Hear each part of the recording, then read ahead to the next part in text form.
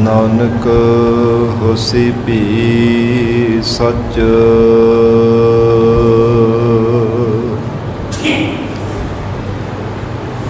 ਚੱਕਰ ਚਿਹਨ ਅਰ ਬਰਨ ਜਾਤ, ਅਰ ਪਾਤ ਨਹਿਨ ਜਿਹ। ਰੂਪ ਰੰਗ ਅਰ ਰੇਖ ਭੇਖ,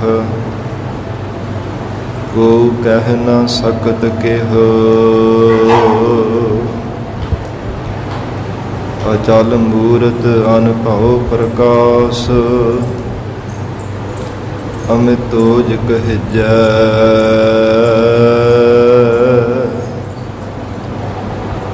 ਕੋਟ ਇੰਦਰ ਇੰਦਰਾਣ,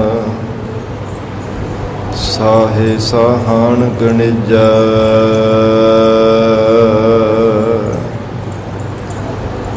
ਤ੍ਰਿਭਵਨ ਮਹੀਪ ਸੁਰ ਨਰ ਅਸੁਰ, ਨੇਤ ਨੇਤ ਬਨ ਤ੍ਰਿਣ ਕਹਿਤ।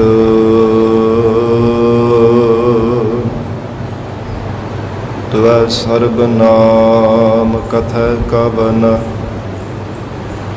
ਕਰਮ ਨਾਮ ਵਰਨਤ ਸੁਮਤ।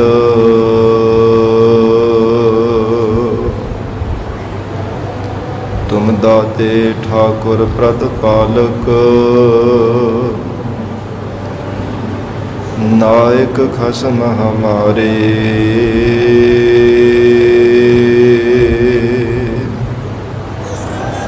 ਨਿਮਖ ਨਿਮਖ ਤੁਮ ਹੀ ਪ੍ਰਤਪਾਲਹੁ, ਹਮ ਬਾਰਿਕ ਤੁਮਰੇ ਧਾਰੇ।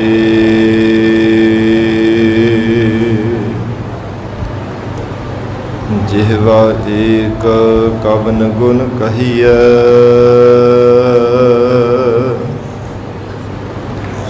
ਬੇਸੁਮਾਰ ਬੇਅੰਤ ਸੁਆਮੀ। ਤੇਰੋ ਅੰਤ ਨਾ ਕਿਨਹੀ ਲਹੀਐ।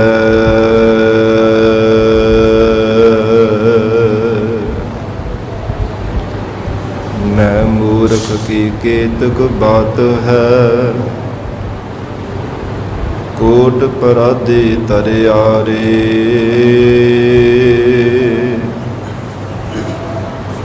ਗੁਰੂ ਨਾਨਕ ਜਿਨ ਸੁਣਿਆ ਪੇਖਿਆ, ਸੇ ਫਿਰ ਗਰਭਾਸ ਨਾ ਭਰਿਆ ਰੇ।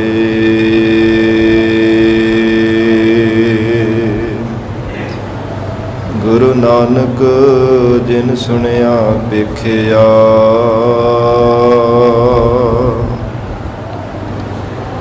ਸੇ ਫਿਰ ਗਰਭਾਸ ਨਾ ਭਰਿਆ ਰੇ। ਮੂਕ ਉਚਰ ਹੈ ਸ਼ਾਸਤਰ ਖਟ, ਪਿੰਗ ਗਿਰਨ ਚੜ ਜਾਏ। ਅੰਧ ਲਖੈ ਬਦਰੁ ਸੁਣੈ, ਜੋ ਕਾਲ ਕਿਰਪਾ ਕਰਾਏ।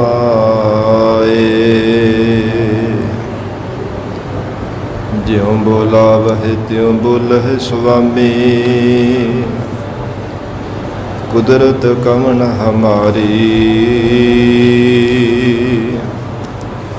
ਸਾਧ ਸੰਗ ਨਾਨਕ ਜਸ ਗਾਇਓ,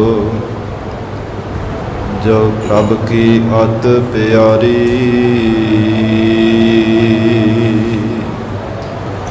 ਸਾਧ ਸੰਗ ਨਾਨਕ ਜਸ ਗਾਇਓ,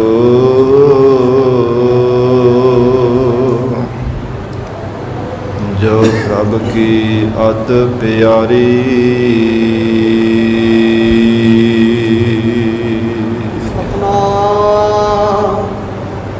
ਸ੍ਰੀ ਵਾਹਿਗੁਰੂ ਸਾਹਿਬ ਜੀ। ਸ੍ਰੀ ਰਾਗ ਮਹੱਲਾ ਪਹਿਲਾ।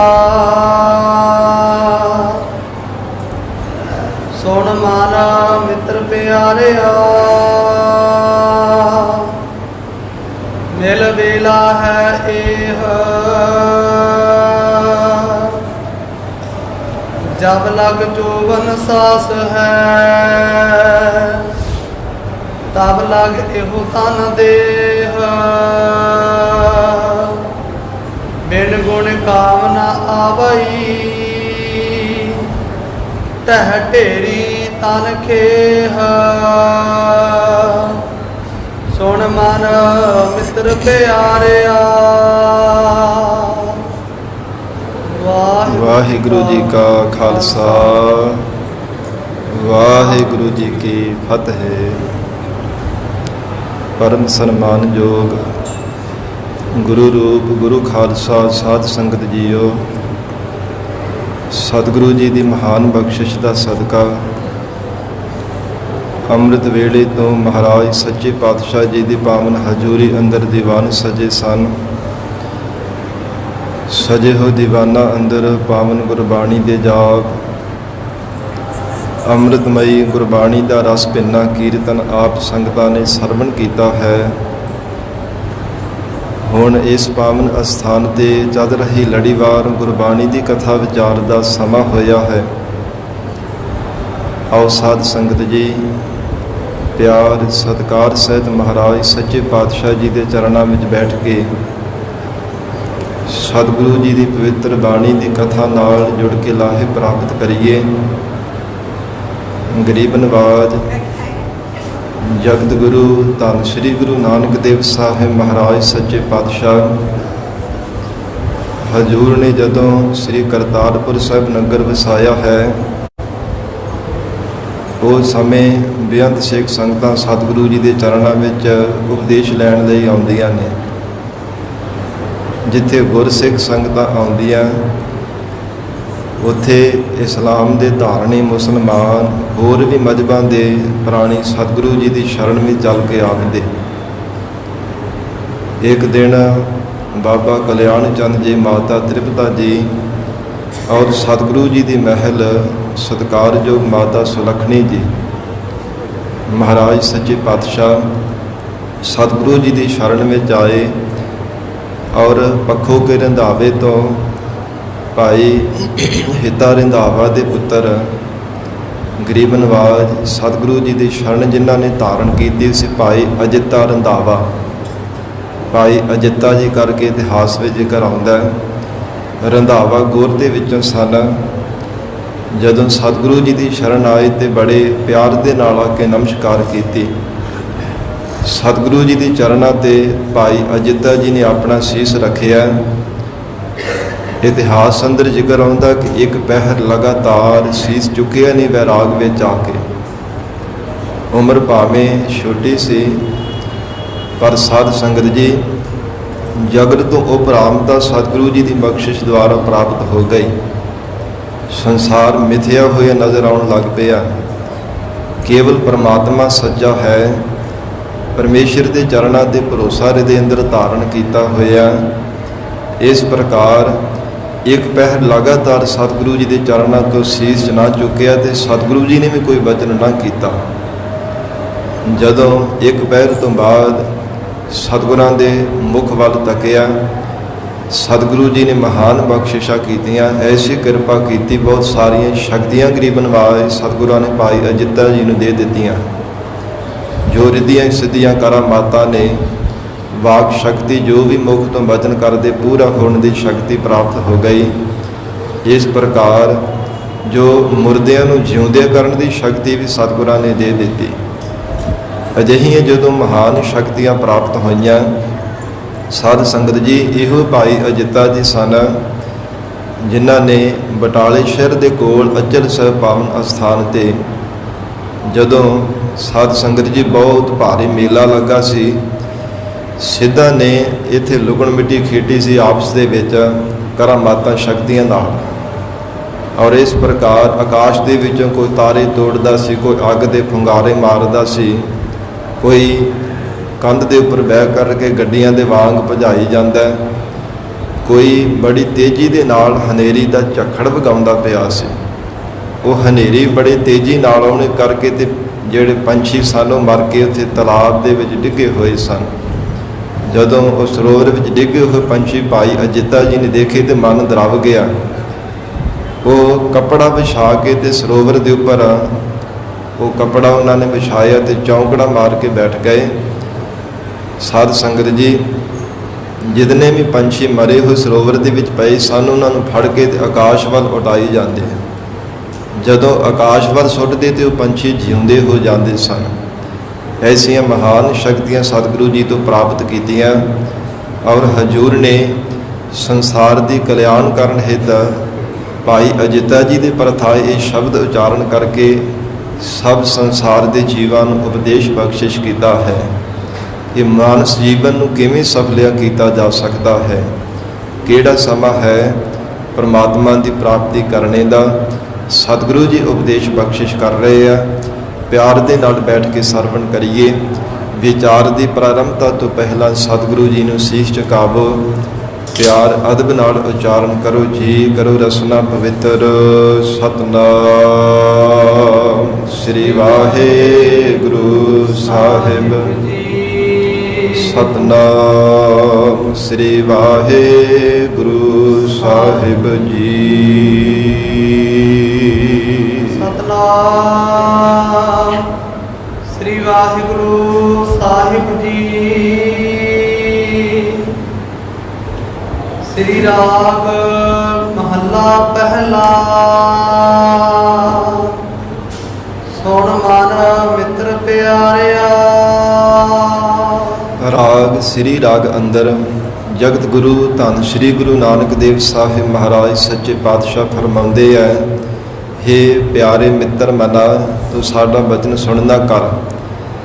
ਅਥਵਾ ਸਤਿਗੁਰੂ ਜੀ ਨੇ ਭਾਈ ਅਜਿੱਤਾ ਜੀ ਦੇ ਜੋ ਪ੍ਰਥਾਏ ਸ਼ਬਦ ਉਚਾਰਨ ਕੀਤਾ, ਭਾਈ ਅਜਿੱਤਾ ਜੀ ਨੂੰ ਵੀ ਸੰਬੋਧਨ ਕਰਦੇ ਆ ਮਹਾਰਾਜ ਸੱਚੇ ਪਾਤਸ਼ਾਹ ਸਾਨੂੰ ਉਪਦੇਸ਼ ਬਖਸ਼ਿਸ਼ ਕਰ ਰਹੇ ਹੈ। ਹੇ ਸਾਡੇ ਮਨ ਦੇ ਮਿੱਤਰ, ਹੇ ਪਿਆਰੇ ਜੀਵ, ਸਾਡਾ ਬਚਨ ਸੁਣਨਾ ਕਰ। ਮਿਲ ਵੇਲਾ ਹੈ ਇਹ। ਪਰਮਾਤਮਾ ਦੇ ਨਾਲ ਮਿਲਣ ਦਾ ਹੁਣ ਵੇਲਾ ਹੈ।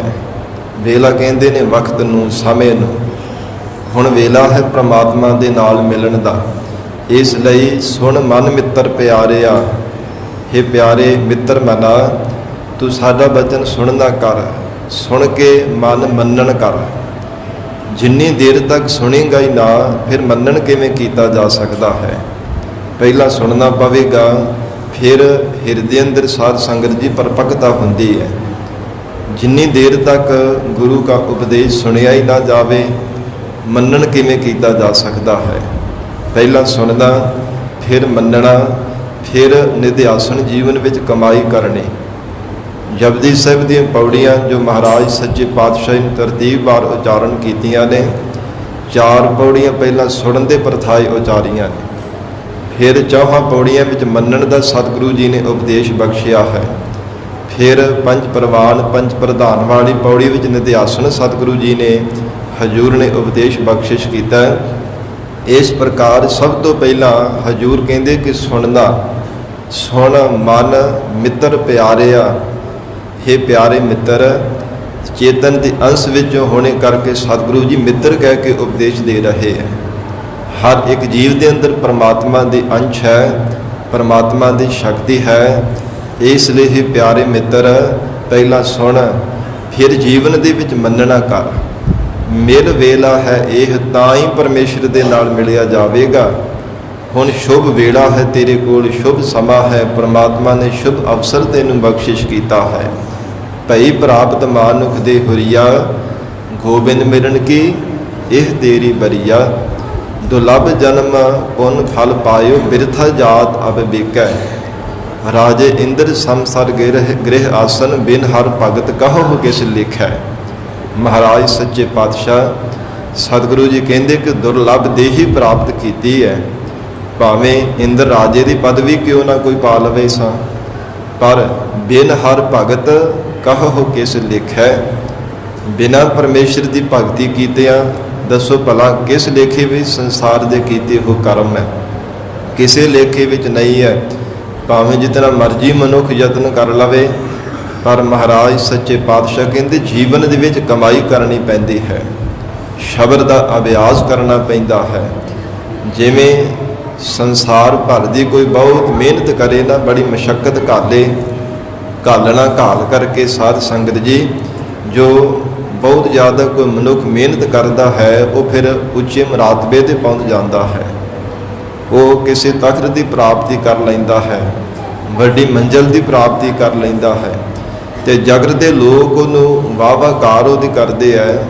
ਹਰ ਕੋਈ ਉਸ ਨੂੰ ਸਲਾਹੁੰਦਾ ਕਿ ਇਸ ਮਨੁੱਖ ਨੇ ਬਹੁਤ ਮਿਹਨਤ ਕੀਤੀ ਹੈ, ਘਾਲਣਾ ਘਾਲੀ ਹੈ, ਜੀਵਨ ਦੇ ਵਿੱਚ ਆਲਸ ਤੋਂ ਰਹਿਤ ਹੋ ਕਰਕੇ ਬਹੁਤ ਮਿਹਨਤ ਕਰਕੇ ਇਸ ਨੇ ਸੰਸਾਰ ਦੇ ਧਨ ਨੂੰ, ਪਦਾਰਥਾਂ ਨੂੰ ਕਮਾਇਆ, ਜਾਂ ਫਿਰ ਬਹੁਤੀ ਮਿਹਨਤ ਕਰਕੇ ਕੋਈ ਚੰਗਾ ਟੌਪ ਕੀਤਾ, ਕੋਈ ਚੰਗੇ ਤਖਤ ਦੀ ਪ੍ਰਾਪਤੀ ਕਰ ਲਈ ਹੈ, ਰਾਜ ਭਾਗ ਦਾ ਮਾਲਕ ਬਣ ਗਿਆ। ਇਸ ਪ੍ਰਕਾਰ ਮਹਾਰਾਜ ਸੱਚੇ ਪਾਤਸ਼ਾਹ ਕਹਿੰਦੇ ਇਹ ਜਗਤ ਦੇ ਲੋਕ ਇੱਥਾਂ ਵਡਿਆਉਂਦੇ ਹੈ। ਜੇ ਪਰਮੇਸ਼ਰ ਦੇ ਸਿਮਰਨ ਦੀ ਕਮਾਈ ਕੀਤੀ ਜਾਵੇ, ਨਾਮ ਰੂਪੀ ਧਨ ਇਕੱਤਰ ਕੀਤਾ ਜਾਵੇ, ਜੀਵਨ ਅੰਦਰ ਆਲਸ ਤੋਂ ਰਹਿਤ ਹੋ ਕੇ ਉਦਮ ਨਾਲ ਪਰਮਾਤਮਾ ਦੀ ਭਾਵ ਭਗਤੀ ਕੀਤੀ ਜਾਵੇ, ਫਿਰ ਪਰਮੇਸ਼ਰ ਦੇ ਦਰ ਤੇ ਜੀਵਨ ਵਡਿਆਇਆ ਜਾਂਦਾ ਹੈ। ਦੁਨੀਆ ਦੀ ਕੀਤੀ ਹੋਈ ਕਮਾਈ ਕੇਵਲ ਦੁਨੀਆ ਤੱਕ ਸੀਮਤ ਹੈ। ਜਗਤ ਦੇ ਲੋਕ ਬਹੁਤ ਵਾਹ ਕਰਦੇ ਹੈ, ਇਸ ਨੇ ਜੀ ਬਹੁਤ ਜੀਵਨ ਦੇ ਵਿੱਚ ਪੈਸਾ ਕਮਾਇਆ, ਬੜੀ ਮਿਹਨਤ ਕੀਤੀ ਹੈ। ਮਾੜੀ ਗੱਲ ਨਹੀਂ ਹੈ ਸਾਧ ਸੰਗਤ ਜੀ ਮਿਹਨਤ ਕਰਨੀ, ਪਰ ਇਕੱਲਾ ਮਾਇਆ ਦੀ ਹੀ ਮਿਹਨਤ ਕਰੀ ਜਾਵੇ, ਇਕੱਲਾ ਪੈਸੇ ਧਨ ਪਦਾਰਥਾਂ ਦੀ ਹੀ ਇਕੱਤਰਤਾ ਕਰੀ ਜਾਵੇ, ਇਹ ਵੀ ਗੁਰਮਤਿ ਦਾ ਅਸੂਲ ਨਹੀਂ ਹੈ, ਇਹ ਗੁਰਮਤਿ ਦਾ ਉਪਦੇਸ਼ ਨਹੀਂ ਹੈ। ਇਸ ਪ੍ਰਕਾਰ ਜਿੱਥੇ ਧਰਮ ਦੀ ਕਿਰਤ ਕਰਨੀ ਹੈ, ਉੱਥੇ ਜਿਵੇਂ ਇਸ ਲੋਕ ਨੂੰ ਸਵਾਰਨ ਵਾਸਤੇ ਕਿ ਸਾਡਾ ਜੀਵਨ ਸੁਖਾਲਾ ਨਿਰਵਾਹ ਹੋਵੇ, ਇਹੋ ਸੋਚ ਕਰਕੇ ਅਸੀਂ ਮਿਹਨਤ ਕਰਦੇ ਹਾਂ ਨਾ, ਜੀਵਨ ਦੇ ਵਿੱਚ ਆਉਣ ਵਾਲੇ ਸਮੇਂ ਵਿੱਚ ਸਾਡਾ ਪਰਿਵਾਰ ਸੁਖਾਲਾ, ਜੋ ਸੁੱਖਾਂ ਦੇ ਨਾਲ ਜੀਵਨ ਨਿਰਵਾਹ ਕਰੇ, ਜ਼ਿੰਦਗੀ ਸਾਡੀ ਸੁੱਖਾਂ ਦੇ ਨਾਲ ਬਤੀਤ ਹੋਵੇ, ਇਹੋ ਕੁਝ ਸੋਚ ਕੇ ਹੀ ਸਭ ਅਸੀਂ ਮਿਹਨਤ ਕਰਦੇ ਹਾਂ। ਪਰ ਉਹ ਤਾਂ ਕੇਵਲ ਐਸ ਲੋਕ ਤੱਕ ਹੈ ਨਾ, ਅੱਗਾ ਪਰਲੋਕ ਵੀ ਸਵਾਰਨ ਦੇ ਲਈ ਸਤਿਗੁਰਾਂ ਨੇ ਉਪਦੇਸ਼ ਬਖਸ਼ਿਆ ਹੈ। ਮਹਾਰਾਜ ਸੱਚੇ ਪਾਤਸ਼ਾਹ ਹਜ਼ੂਰ ਫਰਮਾਉਂਦੇ ਹਨ, ਐ ਜੀਵ, ਜੇ ਪਰਲੋਕ ਸਵਾਰਨ ਦੇ ਵਾਸਤੇ ਵੀ ਤੂੰ ਨਾਲ ਦੇ ਨਾਲ ਮਿਹਨਤ ਕਰੇ, ਜੀਵਨ ਦੇ ਵਿੱਚ ਕਮਾਈ ਕਰੇ, ਸ਼ਬਦ ਦਾ ਅਭਿਆਸ ਕਰੇ, ਆਲਸ ਤੋਂ ਰਹਿਤ ਹੋ ਕੇ ਅੰਮ੍ਰਿਤ ਵੇਲੇ ਉੱਠ ਕਰਕੇ ਪਰਮੇਸ਼ਰ ਦਾ ਭਜਨ ਕਰੇ, ਫਿਰ ਐਸ ਲੋਕ ਕੀ ਪਰਲੋਕ ਦੇ ਵਿੱਚ ਵੀ ਤੇਰੀ ਜੈ ਜੈਕਾਰ ਹੋਵੇਗੀ। ਜੇ ਨਾਮ ਰੂਪੀ ਧਨ ਇਕੱਤਰ ਕਰੇਗਾ, ਪਰਮਾਤਮਾ ਦੇ ਦਰ ਤੇ ਤੂੰ ਸ਼ਾਹੂਕਾਰ ਗਿਣਿਆ ਜਾਵੇਗਾ, ਪ੍ਰਧਾਨ ਗਿਣਿਆ ਜਾਵੇਗਾ, ਫਿਰ ਵਾਹਿਗੁਰੂ ਦੇ ਸਰੂਪ ਰੂਪੀ ਰਾਜ ਭਾਗ ਦੀ ਤਖਤ ਦੀ ਤੈਨੂੰ ਪ੍ਰਾਪਤੀ ਹੋ ਜਾਵੇਗੀ। ਮਹਾਰਾਜ ਸੱਚੇ ਪਾਤਸ਼ਾਹ ਸਤਿਗੁਰੂ ਜੀ ਫਰਮਾਉਂਦੇ ਹੈ, ਐ ਜੀਵ ਸੁਣ ਮਨ ਮਿੱਤਰ ਪਿਆਰਿਆ, ਮਿਲ ਵੇਲਾ ਹੈ ਇਹ, ਹੁਣ ਪਰਮੇਸ਼ਰ ਦੇ ਨਾਲ ਮਿਲਣ ਦਾ ਤੇਰਾ ਵੇਲਾ ਹੈ, ਵਕਤ ਹੈ, ਸਮਾਂ ਹੈ। ਜੇ ਹੁਣ ਨਹੀਂ ਮਿਲਿਆ ਤੇ ਫਿਰ ਕਿਸੇ ਵੀ ਜੂਨ ਵਿੱਚ ਤੂੰ ਪਰਮਾਤਮਾ ਦੇ ਨਾਲ ਨਹੀਂ ਮਿਲ ਸਕੇਗਾ, ਕਿਉਂਕਿ ਇਥੋਂ ਛੁਡਕਿਆ ਠੌਰ ਨਾ ਪਾਏ। 84 ਲੱਖ ਜੂਨਾਂ ਵਿੱਚੋਂ ਕੇਵਲ ਮਨੁੱਖ ਜੀਵਨ ਨੂੰ ਪਰਮਾਤਮਾ ਨੇ ਇਹ ਮਾਣ ਵਡਿਆਈ ਬਖਸ਼ੀ ਹੈ ਕਿ ਇਸ ਜੂਨ ਦੁਆਰਾ ਹੀ ਪਰਮਾਤਮਾ ਦੀ ਪ੍ਰਾਪਤੀ ਕਰ ਸਕਦਾ ਹੈ। ਬਾਕੀ ਜਿਤਨੇ ਵੀ ਸੰਸਾਰ ਭਰ ਦੇ ਅੰਦਰ ਜੂਨਾਂ ਪੈਦਾ ਕੀਤੀਆਂ ਨੇ, ਸਭ ਨਿਰਬੁੱਧ ਜੀਵ ਹਨ। ਕੇਵਲ ਗਿਆਨ ਦੀ ਦਾਤ ਇਸ ਮਾਨਸ ਜੀਵਨ ਦੇ ਅੰਦਰ ਹੀ ਪਰਮਾਤਮਾ ਨੇ ਬਖਸ਼ਿਸ਼ ਕੀਤੀ ਹੈ। ਸੋ ਇਸ ਲਈ ਮਹਾਰਾਜ ਸੱਚੇ ਪਾਤਸ਼ਾਹ ਹਜ਼ੂਰ ਫਰਮਾਉਂਦੇ ਹੈ, ਇਹ ਪ੍ਰਾਣਾ ਤਾਰੇ ਜੀਵ, ਹੁਣ ਮਿਲਣ ਦਾ ਵੇਲਾ ਹੈ, ਪਰਮਾਤਮਾ ਦਾ ਭਜਨ ਕਰਿਆ ਕਰ।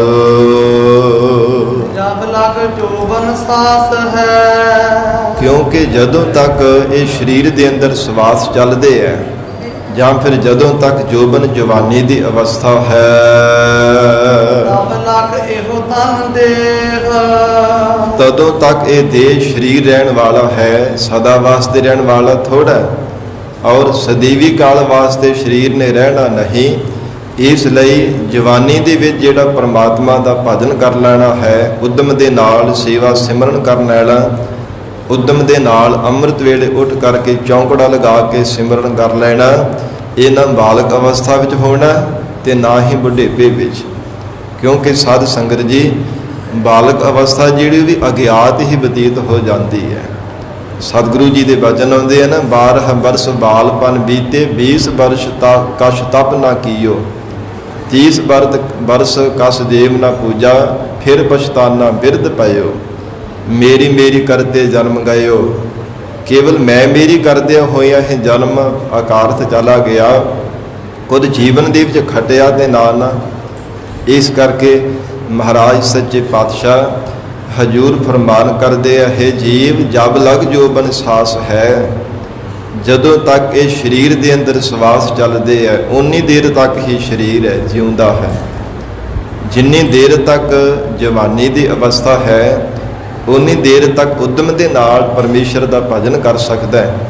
ਬਾਲਕ ਅਵਸਥਾ ਵੀ ਅਗਿਆਨ ਪਲ ਅਲਪਗਤਾ ਵਿੱਚ ਬਤੀਤ ਹੋ ਜਾਂਦੀ ਹੈ, ਤੇ ਫਿਰ ਜੋ ਬਿਰਧਪਨ ਹੈ ਉਹ ਵੀ ਸਾਧ ਸੰਗਤ ਦੀ ਜੜਤਾ ਵਿੱਚ ਹੀ ਖਤਮ ਹੋ ਜਾਂਦਾ ਹੈ।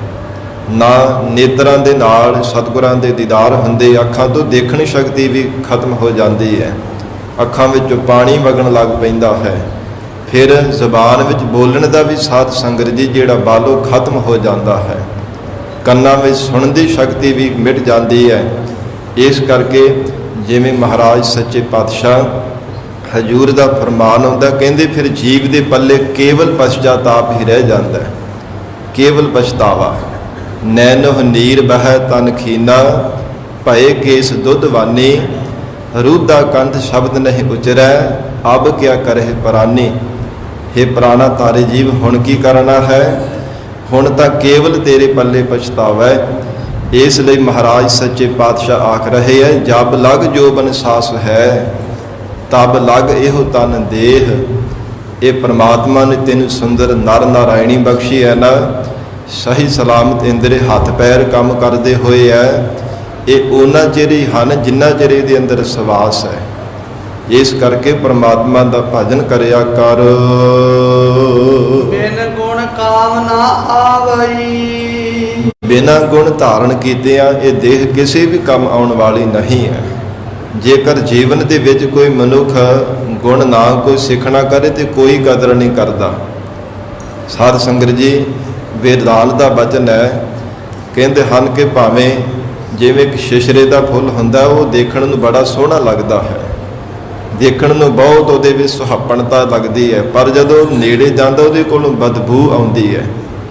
ਸ਼ਿਸ਼ਰੇ ਦੇ ਫੁੱਲ ਦੇ ਕੋਲੋਂ ਖਿਲਿਆ ਹੋਇਆ ਬਹੁਤ ਸੋਹਣਾ ਲੱਗਦਾ, ਦੂਰੋਂ ਕੋਈ ਦੇਖੇਗਾ ਤੇ ਵਾਹ ਕਿੰਨਾ ਸੋਹਣਾ ਫੁੱਲ ਹੈ, ਪਰ ਜਦੋਂ ਨੇੜੇ ਜਾਇਆ ਜਾਂਦਾ ਉਹਦੇ ਨਾਲ ਹੱਥ ਸਪਰਸ਼ ਕਰੀਏ ਤੇ ਉਹਦੇ ਕੋਲ ਬਦਬੂ ਆਉਂਦੀ ਹੈ, ਖੁਸ਼ਬੂ ਨਹੀਂ ਆਉਂਦੀ, ਸੁਗੰਧੀ ਨਹੀਂ ਆਉਂਦੀ। ਇਸ ਪ੍ਰਕਾਰ ਜੋ ਸ਼ੁਭ ਗੁਣਾਂ ਤੋਂ ਬਿਨਾਂ ਜਿਸ ਮਨੁੱਖ ਦਾ ਜੀਵਨ ਹੈ ਉਹਦੇ ਕੋਲ ਕੇਵਲ ਹੰਕਾਰ ਦੀ ਬਦਬੂ ਆਉਂਦੀ ਰਹਿੰਦੀ ਹੈ। ਬਿਨਾਂ ਗੁਣਾਂ ਤੋਂ ਐਵੇਂ ਹੰਕਾਰ ਕਰੀ ਜਾਵੇਗਾ, ਐਵੇਂ ਈਰਖਾ ਦੀ ਹਰ ਸਮੇਂ ਦੁਰਗੰਧੀ ਉਹਦੇ ਕੋਲ ਆਉਂਦੀ ਰਹੇਗੀ, ਕਿਉਂਕਿ ਸ਼ੁਭ ਗੁਣ ਨਹੀਂ ਧਾਰਨ ਕੀਤੇ। ਸ਼ੁਭ ਗੁਣ ਧਾਰਨ ਕੀਤੇ ਹੋਣ ਤੇ ਫਿਰ ਮਨੁੱਖ ਕਦੇ ਵੀ ਆਪਣਤ ਨਹੀਂ ਜਣਾਉਂਦਾ, ਨਿਮਰਤਾ ਵਿੱਚ ਰਹਿ ਕੇ ਜੀਵਨ ਨਿਰਵਾਹ ਕਰਦਾ ਹੈ। ਇਸ ਪ੍ਰਕਾਰ ਬਿਨ ਗੁਣ ਕਾਮ ਨਾ ਆਵਈ, ਬਿਨਾਂ ਗੁਣ ਸ਼ੁਭ ਗੁਣ ਧਾਰਨ ਕੀਤਿਆਂ ਇਹ ਜੀਵ ਇਹ ਮਨੁੱਖਾ ਸਰੀਰ ਵੀ ਕਿਸੇ ਕੰਮ ਆਉਣ ਵਾਲਾ ਨਹੀਂ ਹੈ। ਇਸ ਲਈ ਜੀਵਨ ਦੇ ਅੰਦਰ ਸ਼ੁਭ ਗੁਣ ਧਾਰਨ ਕਰਨੇ ਵੀ ਬਹੁਤ ਜ਼ਰੂਰੀ ਹਨ। ਸਾਧ ਸੰਗਤ ਜੀ ਬਚਨ ਆਉਂਦਾ ਹੈ, ਕਹਿੰਦੇ ਕਿ ਜਿਹੜਾ ਮਨੁੱਖ ਗੁਣਾਂ ਤੋਂ ਹੀਣਾ ਹੁੰਦਾ ਹੈ ਨਾ, ਉਹ ਭਾਵੇਂ ਸਰੀਰ ਵੀ ਉਹਦਾ ਦਰੁਸਤ ਹੋਵੇ, ਬੜਾ ਸੋਹਣਾ ਸਰੂਪ ਹੋਵੇ, ਉੱਚੀ ਕੁਲ ਦੇ ਵਿੱਚ ਜਨਮਿਆ ਹੋਵੇ, ਧਨ ਪਦਾਰਥਾਂ ਦੀ ਕੋਈ ਕਮੀ ਨਾ ਹੋਵੇ, ਪਰ ਸਾਧ ਸੰਗਤ ਜੀ ਉਹਦੀ ਕੋਈ ਕਦਰ ਨਹੀਂ ਜਾਣਦਾ, ਕਿਸੇ ਪ੍ਰਕਾਰ ਉਹਦੀ ਕੋਈ ਕਦਰ ਨਹੀਂ ਹੁੰਦੀ। ਔਰ ਜਿਹੜਾ ਕੋਈ ਗੁਣਵਾਨ ਮਨੁੱਖ ਹੈ ਨਾ, ਭਾਵੇਂ ਸੁੰਦਰ ਸਰੂਪ ਵੀ ਨਾ ਹੋਵੇ, ਕਰੂਪ ਹੋਵੇ, ਉੱਚੀ ਕੁਲ ਦੇ ਵਿੱਚ ਵੀ ਜਨਮਿਆ ਨਾ ਹੋਵੇ, ਪਰ ਸਾਧ ਸੰਗਤ ਜੀ ਗੁਣ ਹੋਣੇ ਕਰਕੇ ਰਾਜੇ ਮਹਾਰਾਜਿਆਂ ਦੀ ਸਭਾ ਵਿੱਚ ਵੀ ਉਹਨੂੰ ਪੂਜਿਆ ਜਾਂਦਾ ਹੈ, ਉਹਦਾ ਸਤਿਕਾਰ ਕੀਤਾ ਜਾਂਦਾ ਹੈ। ਰਾਜੇ ਮਹਾਰਾਜਿਆਂ ਦਾ ਜਦੋਂ ਦਰਬਾਰ ਲੱਗਦਾ ਹੈ ਨਾ, ਆਪ ਨੇ ਦੇਖਿਆ ਹੋਵੇਗਾ ਕੋਈ ਗੁਣਵਾਨ ਮਨੁੱਖ ਉੱਥੇ ਜਾ ਕਰਕੇ ਆਪਣਾ ਗੁਣ ਸਾਹਮਣੇ ਜਾ ਕਰਕੇ ਦਿਖਾਉਂਦਾ ਹੈ। ਜਿਹੋ ਜਿਹੀ ਪਰਮਾਤਮਾ ਨੇ ਕਿਸੇ ਨੂੰ ਕਲਾ ਬਖਸ਼ੀ ਹੈ, ਉਹ ਕਲਾ ਆਪਣਾ ਗੁਣ ਜਾ ਕੇ ਜਦੋਂ ਦਿਖਾਉਂਦਾ ਹੈ ਤੇ ਰਾਜੇ ਮਹਾਰਾਜੇ ਵੀ ਝੁਕ ਕੇ ਉਹਨੂੰ ਸਲਾਮਾ ਕਰਦੇ ਹੈ। ਇਹ ਸਾਧ ਸੰਗਤ ਜੀ ਗੁਣ ਦੀ ਕਦਰ ਹੈ। ਤੇ ਹਜੂਰ ਦੇ ਸੀ ਬਚਨ ਪੜ੍ਹਦੇ ਹਾਂ ਹਰ ਰੋਜ਼ ਜਪਜੀ ਸਾਹਿਬ ਪਾਵਨ ਬਾਣੀ ਅੰਦਰ। ਸਤਿਗੁਰੂ ਜੀ ਕਹਿੰਦੇ ਬਿਨ ਗੁਣ ਕੀਤੇ ਭਗਤ ਨਾ ਹੋਏ। ਬਿਨਾਂ ਸ਼ੁਭ ਗੁਣ ਧਾਰਨ ਕੀਤਿਆਂ ਜੀਵਨ ਦੇ ਅੰਦਰ ਪ੍ਰਮਾਤਮਾ ਦੀ ਭਗਤੀ ਵੀ ਨਹੀਂ ਕੀਤੀ ਜਾ ਸਕਦੀ। ਜੇ ਕਹੀ ਜਾਵੇ ਕਿ ਹਾਂ ਘਰੋਂ ਦੁਖੀ ਹੋ ਕੇ ਤੰਗ ਹੋ ਕੇ ਲੜ ਕੇ ਆਖੇ ਕਿ ਮੈਂ ਤਾਂ ਜੰਗਲਾਂ ਵਿੱਚ ਜਾ ਕੇ ਭਗਤੀ ਕਰਨੀ ਹੈ, ਜੋ ਕਮਾਈ ਕਰਨੇ ਤੋਂ ਹੱਡ ਹਰਾਮੀ ਬਣ ਜਾਵੇ, ਕਹੇ ਕਿ ਮੈਂ ਹੁਣ ਕੋਈ ਕੰਮ ਨਹੀਂ ਕਰਨਾ, ਮੈਂ ਤਾਂ ਘਰ-ਬਾਰ ਹੀ ਤਿਆਗ ਦੇਣਾ, ਇਹ ਸਾਧ ਸੰਗਤ ਜੀ ਸ਼ੁਭ ਗੁਣ ਨਹੀਂ ਹੈ। ਇਸ ਪ੍ਰਕਾਰ ਹਜੂਰ ਨੇ ਬਖਸ਼ਿਸ਼ ਕੀਤੀ ਹੈ ਬਿਨ ਗੁਣ ਕਾਮ ਨਾ ਆਵਈ। ਬਿਨਾਂ ਗੁਣਾ ਸ਼ੁਭ ਗੁਣ ਧਾਰਨ ਕੀਤਿਆਂ ਦੇਹੀ ਕਿਸੇ ਕੰਮ ਵਿੱਚ ਆਉਣ ਵਾਲੀ ਨਹੀਂ ਹੈ। ਇਸ ਲਈ ਮਹਾਰਾਜ ਫਰਮਾਉਂਦੇ ਆ ਟਹਿ ਢੇਰੀ ਤਨ ਖੇਹ। ਕਿਉਂਕਿ ਇਹ ਸਰੀਰ ਨੇ ਟਹਿ ਢੇਰੀ, ਟਹਿ ਕਰਕੇ ਮਿੱਟੀ ਦੀ ਢੇਰੀ ਤੇ ਬਾਣੀ ਜਾਣਾ। ਇਸ ਕਰਕੇ ਸ਼ੁਭ ਗੁਣ ਨਾਮ ਹੀ ਧਾਰਨ ਕਰੇਗਾ ਫਿਰ ਵੀ ਇਹਨੇ ਮਿੱਟੀ ਦੀ ਢੇਰੀ ਬਣ ਜਾਣਾ ਹੈ। ਜੇ ਸ਼ੁਭ ਗੁਣ ਧਾਰਨ ਕਰੇਗਾ ਮਿੱਟੀ ਦੀ ਢੇਰੀ ਤਾਂ ਇਹਨੇ ਬਣਨਾ ਹੀ ਬਣਨਾ ਹੈ। ਜੋ ਪਰਮੇਸ਼ਰ ਦੀ ਬਣਾਈ ਹੋਈ ਜਗਤ ਦੀ ਮਰਜ਼ਾਦਾ ਹੈ, ਜਿੰਨੇ ਸਵਾਸ ਲਿਖ ਕਰਕੇ ਪਾਏ ਆ ਇਹ ਜੀਵ ਉਹਨੇ ਸਵਾਸ ਤੋਂ ਭੋਗਣੇ ਆ।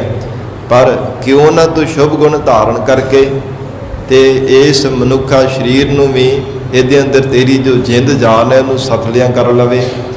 ਜੇ ਔਗੁਣਾ ਦਾ ਹੀ ਧਾਰਨੀ ਬਣ ਕੇ ਰਿਹਾ ਮਿੱਟੀ ਤਾਂ ਫਿਰ ਵੀ ਸਰੀਰ ਨੇ ਬਣਨਾ।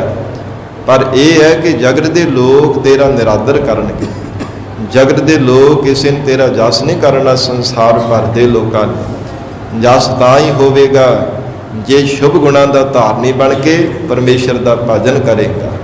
ਮਹਾਰਾਜ ਸੱਚੇ ਪਾਤਸ਼ਾਹ ਹਜੂਰ ਫਰਮਾਉਂਦੇ ਟਹਿ ਢੇਰੀ ਤਨ ਖੇਹ।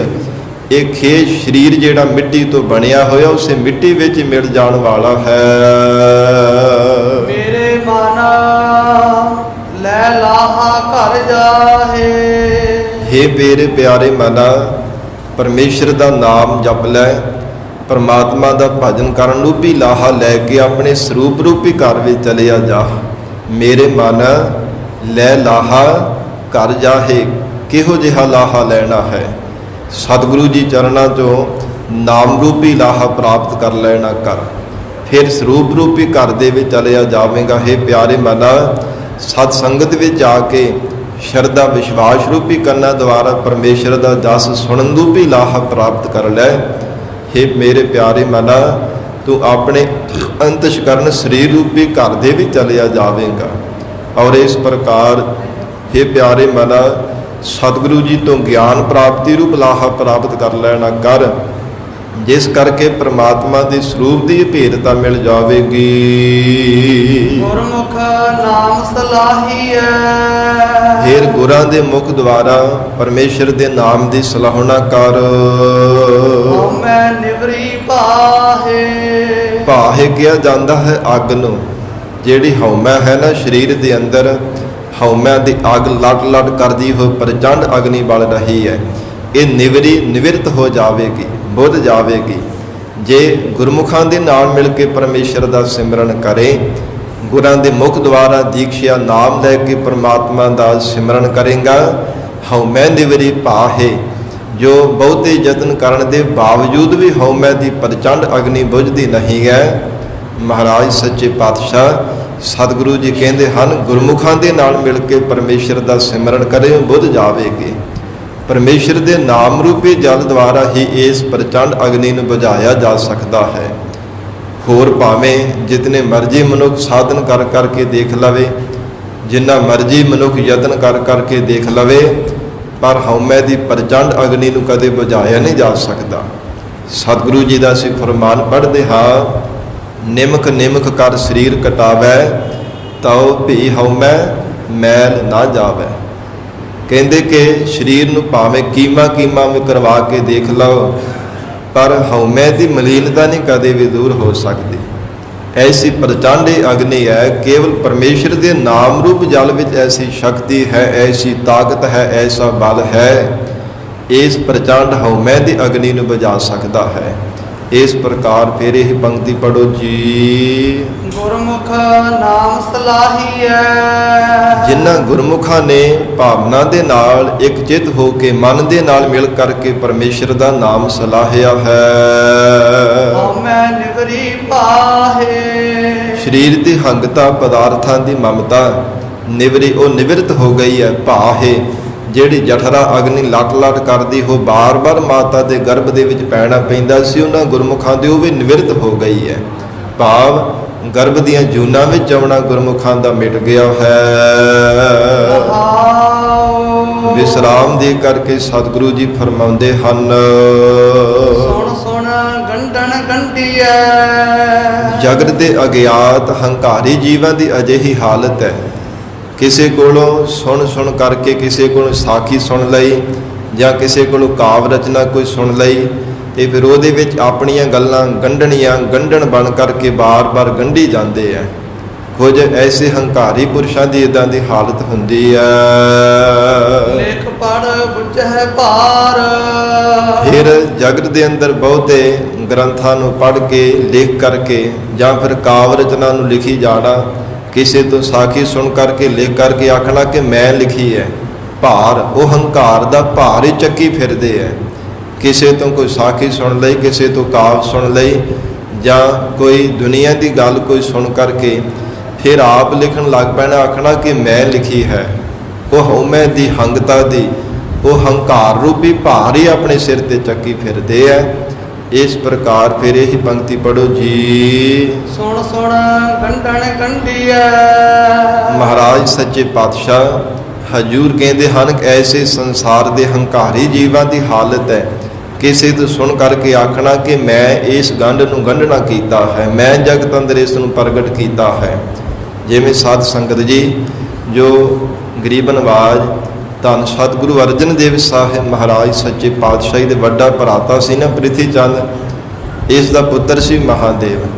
ਜੋ ਗਰੀਬ ਨਵਾਜ ਮਹਾਰਾਜ ਸੱਚੇ ਪਾਤਸ਼ਾਹ ਧੰਨ ਸਤਿਗੁਰੂ ਸ੍ਰੀ ਗੁਰੂ ਅਰਜਨ ਦੇਵ ਸਾਹਿਬ ਮਹਾਰਾਜ ਜੀ ਦੀ ਤਰ੍ਹਾਂ ਇਹ ਸਾਧ ਸੰਗਤ ਜੀ ਗੁਰਬਾਣੀ ਉਚਾਰਨ ਕਰੀ ਜਾਂਦਾ ਸੀਗਾ। ਇਹ ਜੋ ਮਿਹਰਬਾਨ ਪੁੱਤਰ ਸੀ, ਵਾਹਿਗੁਰੂ ਮਿਹਰਬਾਨ ਦੇ ਪੁੱਤਰ ਦਾ ਨਾਮ ਸੀ, ਪ੍ਰਿਥੀ ਚੰਦ ਦੇ ਪੁੱਤਰ ਦਾ। ਉਹ ਸਤਿਗੁਰਾਂ ਦੇ ਵਾਂਗ ਗੁਰਬਾਣੀ ਰਚਦਾ, ਕਾਵ ਰਚਨਾ ਨੇ ਸਿੱਖ ਲਈ ਸੀ। ਮਨ ਵਿੱਚ ਇਹ ਧਾਰਨ ਕਰਕੇ ਛਲ ਕਰਦਾ ਸੀ, ਜਦੋਂ ਕੋਈ ਕਵਿਤਾ ਪੂਰੀ ਕਰਨੀ ਨਾ, ਸ਼ਬਦ ਪੂਰਾ ਕਰਨਾ, ਉੱਥੇ ਸਤਿਗੁਰੂ ਨਾਨਕ ਦੇਵ ਸਾਹਿਬ ਮਹਾਰਾਜ ਸੱਚੇ ਪਾਤਸ਼ਾਹੀ ਦੇ ਨਾਮ ਦੀ ਛਾਪ ਲਾ ਦਿੰਦਾ ਸੀ ਕਿ ਜਿਹੜੇ ਦੇਖਣਗੇ, ਸੁਣਨਗੇ, ਪੜ੍ਹਨਗੇ, ਭੁਲੇਖਾ ਪੈ ਜਾਵੇਗਾ ਕਿ ਗੁਰੂ ਨਾਨਕ ਦੇਵ ਜੀ ਦੀ ਮਹਾਰਾਜ ਦੀ ਬਾਣੀ ਹੈ। ਇਸ ਪ੍ਰਕਾਰ ਸੁਣ ਸੁਣ ਗੰਢਣ ਗੰਢੀ ਹੈ। ਇਹੋ ਜਿਹੇ ਸੰਸਾਰ ਦੇ ਅਗਿਆਤ ਹੰਕਾਰੀ ਜੀਵ ਹੈ, ਉਹ ਸੁਣ ਕਰਕੇ ਫਿਰ ਆਪਣੀਆਂ ਹੀ ਗੰਢਾਂ ਗੰਢਣ ਲੱਗ ਪੈਂਦੇ ਹਨ। ਲੇਖ ਪੜ੍ਹ ਬੁਝੈ ਭਾਰ। ਮਹਾਰਾਜ ਸੱਚੇ ਪਾਤਸ਼ਾਹ ਕਹਿੰਦੇ, ਜਾਂ ਫਿਰ ਕੋਈ ਕਾਵ ਰਚਨਾ ਵਾਲੀਆਂ ਕਿਤਾਬਾਂ ਨੂੰ ਪੜ੍ਹ ਲੈਂਦੇ ਆ, ਜਾਂ ਫਿਰ ਗ੍ਰੰਥਾਂ ਨੂੰ ਪੜ੍ਹ ਕਰਕੇ ਕਹਿੰਦੇ ਹਨ ਲਿਖ ਪੜ੍ਹ, ਲਿਖਦੇ ਵੀ ਹੈ, ਪੜ੍ਹਦੇ ਵੀ ਹੈ, ਬੁੱਝੇ ਹੈ। ਫਿਰ ਉਹਨਾਂ ਦੇ ਤਾਤਪਰ ਸਮਝ ਕਰਕੇ ਕਹਿੰਦੇ ਅਸੀਂ ਇਹਨਾਂ ਅਰਥਾਂ ਨੂੰ ਸਮਝ ਲੈਣਾ ਕੀਤਾ ਹੈ। ਸਾਡੇ ਵਰਗਾ ਹੋਰ ਕੌਣ ਹੈ ਇਸ ਸੰਸਾਰ ਦੇ ਅੰਦਰ? ਬੁੱਝੇ ਭਾਰ, ਇਹ ਹਉਮੈ ਦਾ ਭਾਰ ਹੀ ਆਪਣੇ ਸਿਰ ਤੇ ਚੱਕੀ ਫਿਰਦੇ ਆ, ਹਰ ਸਮੇਂ ਵਾਰ-ਵਾਰ ਹੰਕਾਰ ਹੀ ਕਰੀ ਜਾਂਦੇ ਹਨ। ਤ੍ਰਿਸ਼ਨਾ ਅਹਨਿਸ ਅਗਲੀ। ਉਹਨਾਂ ਦੇ ਮਨ ਦੇ ਵਿੱਚ ਤ੍ਰਿਸ਼ਨਾ ਦੀ ਜਿਹੜੀ ਅੱਗ ਹੈ ਨਾ, ਅਗਲੀ ਬਹੁਤ ਜ਼ਿਆਦਾ ਪ੍ਰਚੰਡ ਬਲਦੀ ਪਈ ਹੈ। ਤ੍ਰਿਸ਼ਨਾ ਅਹਨਿਸ ਅਗਲੀ, ਅਹਨਿਸ ਰਾਤ ਦਿਨ ਹਰ ਸਮੇਂ ਪ੍ਰਚੰਡ ਰਹਿੰਦੀ ਹੈ, ਉਹ ਕਦੇ ਬੁਝਦੀ ਨਹੀਂ।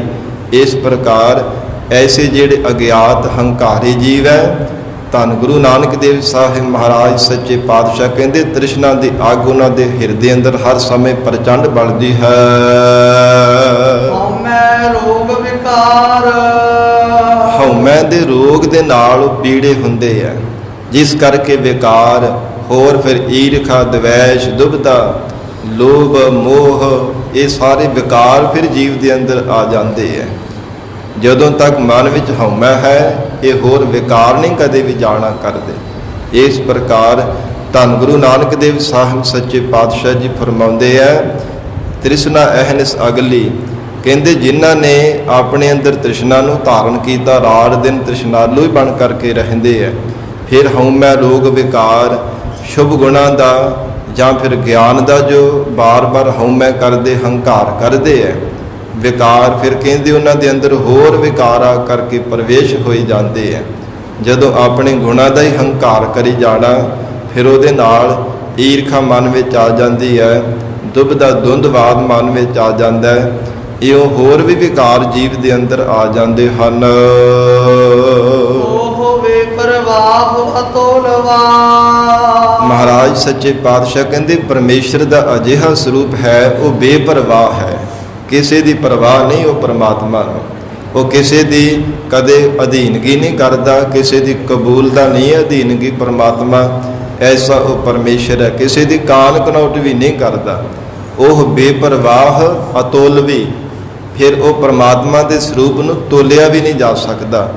ਗਰੀਬ ਨਵਾਜ ਧੰਨ ਗੁਰੂ ਨਾਨਕ ਦੇਵ ਸਾਹਿਬ ਮਹਾਰਾਜ ਸੱਚੇ ਪਾਤਸ਼ਾਹ ਕਹਿੰਦੇ ਆ, ਚਾਹੇ ਵੇਦਾਂ ਸ਼ਾਸਤਰਾਂ ਰੂਪੀ ਵੱਟੇ ਲੈ ਕਰਕੇ ਵੀ ਕੋਈ ਤੋਲਣ ਦਾ ਯਤਨ ਕਰ ਲਵੇ, ਮਨੁੱਖ ਆਪਣੀ ਬੁੱਧੀ ਰੂਪ ਤਕੜੀ ਵਿੱਚ ਪਾ ਕਰਕੇ ਵੀ ਪਰਮੇਸ਼ਰ ਦੇ ਸਰੂਪ ਨੂੰ ਤੋਲਣ ਦਾ ਯਤਨ ਕਰ ਲਵੇ, ਪਰ ਨਹੀਂ ਤੋਲਿਆ ਜਾ ਸਕਦਾ। ਐਸਾ ਅਤੋਲਵਾ ਪਰਮੇਸ਼ਰ ਦਾ ਸਰੂਪ ਹੈ।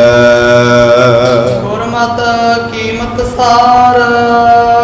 ਇੱਕ ਗੁਰਮਤਿ ਹੈ, ਜੇਕਰ ਕੋਈ ਗੁਰਮਤਿ ਦੀ ਕਸਵੱਟੀ ਤੇ ਪੂਰਾ ਉਤਰਦਾ ਹੈ, ਉਹ ਪ੍ਰਮਾਤਮਾ ਦੇ ਸਰੂਪ ਦੀ ਕੀਮਤ ਜਾਣਦਾ ਹੈ ਤਾਂ ਬੇਅੰਤ ਪ੍ਰਮਾਤਮਾ ਦੇ ਸਰੂਪ ਦੀ ਕੀਮਤ ਕੋਈ ਜਾਣ ਨਹੀਂ ਸਕਦਾ, ਪਰ ਇਹ ਵੇ ਕਿ ਪ੍ਰਮਾਤਮਾ ਦੇ ਸਰੂਪ ਦੀ ਕਦਰ ਕਰਨ ਲੱਗ ਪੈਂਦਾ ਹੈ। ਪ੍ਰਮਾਤਮਾ ਦੀ ਸ਼ਕਤੀ ਨੂੰ, ਪਰਮੇਸ਼ਰ ਦੇ ਅਚਰਜ ਕੌਤਕ ਨੂੰ ਫਿਰ ਜਾਣਨ ਲੱਗ ਪੈਂਦਾ ਹੈ ਕਿ ਪ੍ਰਮਾਤਮਾ ਬੇਅੰਤ ਆਪ ਜੀ ਦੇ ਕੌਤਕ ਹਨ। ਮਹਾਰਾਜ ਸੱਚੇ ਪਾਤਸ਼ਾਹ ਕਹਿੰਦੇ ਗੁਰਮਤਿ ਕੀਮਤ ਸਾਰ। ਸਾਰੋ ਸ੍ਰੇਸ਼ਟ ਉਹਨਾਂ ਦੀ ਸਾਧ ਸੰਗਤ ਜੀ ਮਤ ਹੋ ਜਾਂਦੀ ਹੈ। ਇਹ ਜੋ ਦੂਸਰਾ ਪਾਠ ਕੀ ਮਤ ਕੀਤਾ ਜਾਂਦਾ ਹੈ, ਗੁਰਮਤਿ ਕੀ ਮਤ ਸਾਰ। ਸਾਧ ਸੰਗਤ ਜੀ ਗੁਰਮਤਿ ਕੀ ਉਹਨਾਂ ਗੁਰਮਤੀਆਂ ਦੀ, ਗੁਰਮਤਿ ਧਾਰਨ ਕਰਨ ਵਾਲਿਆਂ ਦੀ ਜਿਹੜੀ ਮਤ ਹੁੰਦੀ ਹੈ, ਉਹ ਸਾਰ ਸ੍ਰੇਸ਼ਟ ਹੋ ਜਾਂਦੀ ਹੈ। ਜੋ ਮਨਮਤ ਦਾ ਅਭਾਵ ਕਰਕੇ ਜੀਵਨ ਵਿੱਚ ਗੁਰਮਤਿ ਧਾਰਨ ਕਰ ਲੈਂਦੇ ਹਨ। ਲੱਖ ਸਿਆਣਪ ਜੇ ਕਰੀ। ਜੇਕਰ ਕੋਈ ਮਨੁੱਖ ਲੱਖਾਂ ਹੀ ਸਿਆਣਪਾਂ ਜੀਵਨ ਵਿੱਚ ਕਰ ਲਵੇ, ਧਾਰਨ ਕਰ ਲੈਣਾ ਕਰੇ। ਲੱਖ ਸਿਓ ਪ੍ਰੀਤ ਮਿਲਾਪ। ਲੱਖਾਂ ਹੀ ਜਗਤ ਦੇ ਜੀਵਾਂ ਸੰਬੰਧੀਆਂ ਦੇ ਨਾਲ ਪ੍ਰੀਤ ਕਰ ਲਵੇ, ਲੱਖਾਂ ਦੇ ਨਾਲ ਪਿਆਰ ਕਰ ਲਵੇ, ਲੱਖਾਂ ਹੀ ਧਨ ਦੌਲਤ ਪਦਾਰਥਾਂ ਦੇ ਨਾਲ ਪ੍ਰੀਤ ਕਰ ਲੈਣਾ ਕਰੇ। ਬਿਨ ਸੰਗਤ ਸਾਧਨਾ ਧਾਪੀਆ। ਪਰ ਮਹਾਰਾਜ ਕਹਿੰਦੇ ਬਿਨਾਂ ਸਾਧ ਸੰਗਤ ਕੀਤਿਆਂ ਮਨ ਨਾ ਧਰਾਪੀਆ। ਮਨ ਜਿਹੜਾ ਕਦੇ ਰੱਜ ਨਹੀਂ ਸਕਦਾ, ਮਨ ਕਦੇ ਮਨੁੱਖ ਦਾ ਤ੍ਰਿਪਤ ਨਹੀਂ ਹੋ ਸਕਦਾ ਜੇ ਸਾਧ ਸੰਗਤ ਨਹੀਂ ਕਰਦਾ। ਬਿਨ ਨਾਵੇ ਦੁਖ ਸੰਤਾਪ।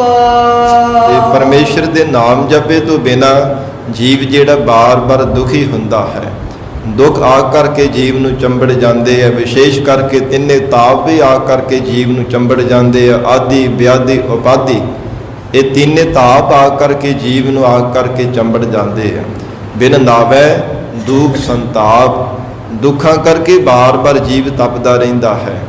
ਇਹ ਮਹਾਰਾਜ ਸੱਚੇ ਪਾਤਸ਼ਾਹ ਕਹਿੰਦੇ ਪਰਮੇਸ਼ਰ ਦੇ ਨਾਮ ਜਪੇ ਤੋਂ ਬਿਨਾ ਅਜਿਹੇ ਜੀਵ ਦੀ ਹਾਲਤ ਹੋ ਜਾਂਦੀ ਹੈ। ਹਰ ਜਪ ਜੀਅਰੇ ਛੁੱਟੀਐ। ਹੇ ਜੀਅਰੇ, ਹੇ ਪਿਆਰੇ ਮਨ, ਪਰਮੇਸ਼ਰ ਦਾ ਜਾਪ ਕਰੇ ਤਾਂ ਹੀ ਨਾ ਬੰਧਨਾਂ ਤੋਂ ਛੁੱਟ ਸਕਦਾ ਹੈ।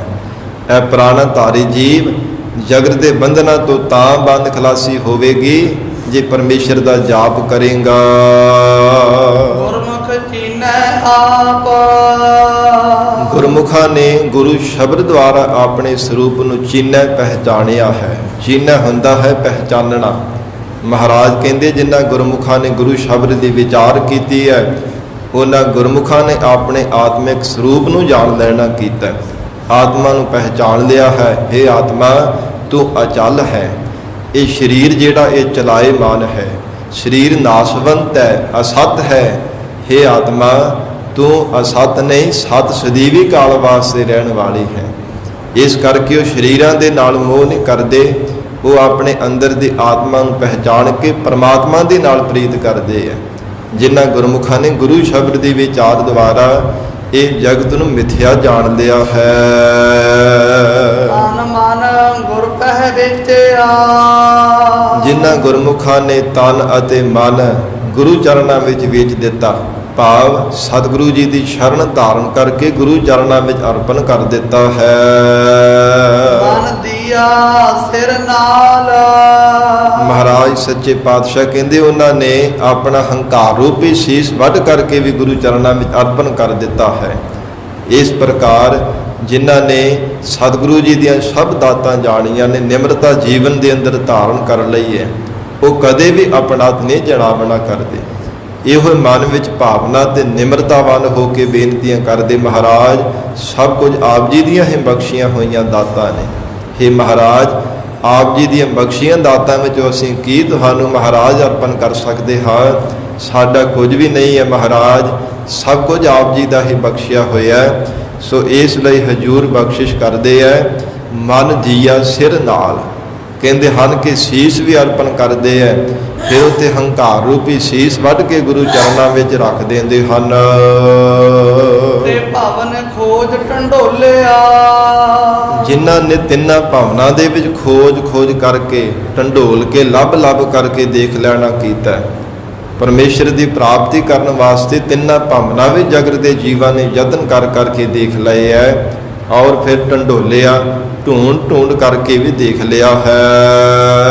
ਗੁਰਮੁਖ ਖੋਜ ਨਿਹਾਲ। ਮਹਾਰਾਜ ਸੱਚੇ ਪਾਤਸ਼ਾਹ ਕਹਿੰਦੇ ਸੰਸਾਰ ਦੇ ਤਿੰਨਾਂ ਭਾਵਨਾ ਦੇ ਵੀ ਜੀਵਾਂ ਨੇ ਯਤਨ ਕਰਕੇ ਦੇਖ ਲਏ, ਪਰ ਪਰਮੇਸ਼ਰ ਦਾ ਸਰੂਪ ਲੱਭਾ ਨਹੀਂ, ਕਿਉਂਕਿ ਬਾਹਰ ਮੁਖੀ ਹੋ ਕਰਕੇ ਯਤਨ ਕਰਦੇ ਰਹੇ ਸਨ।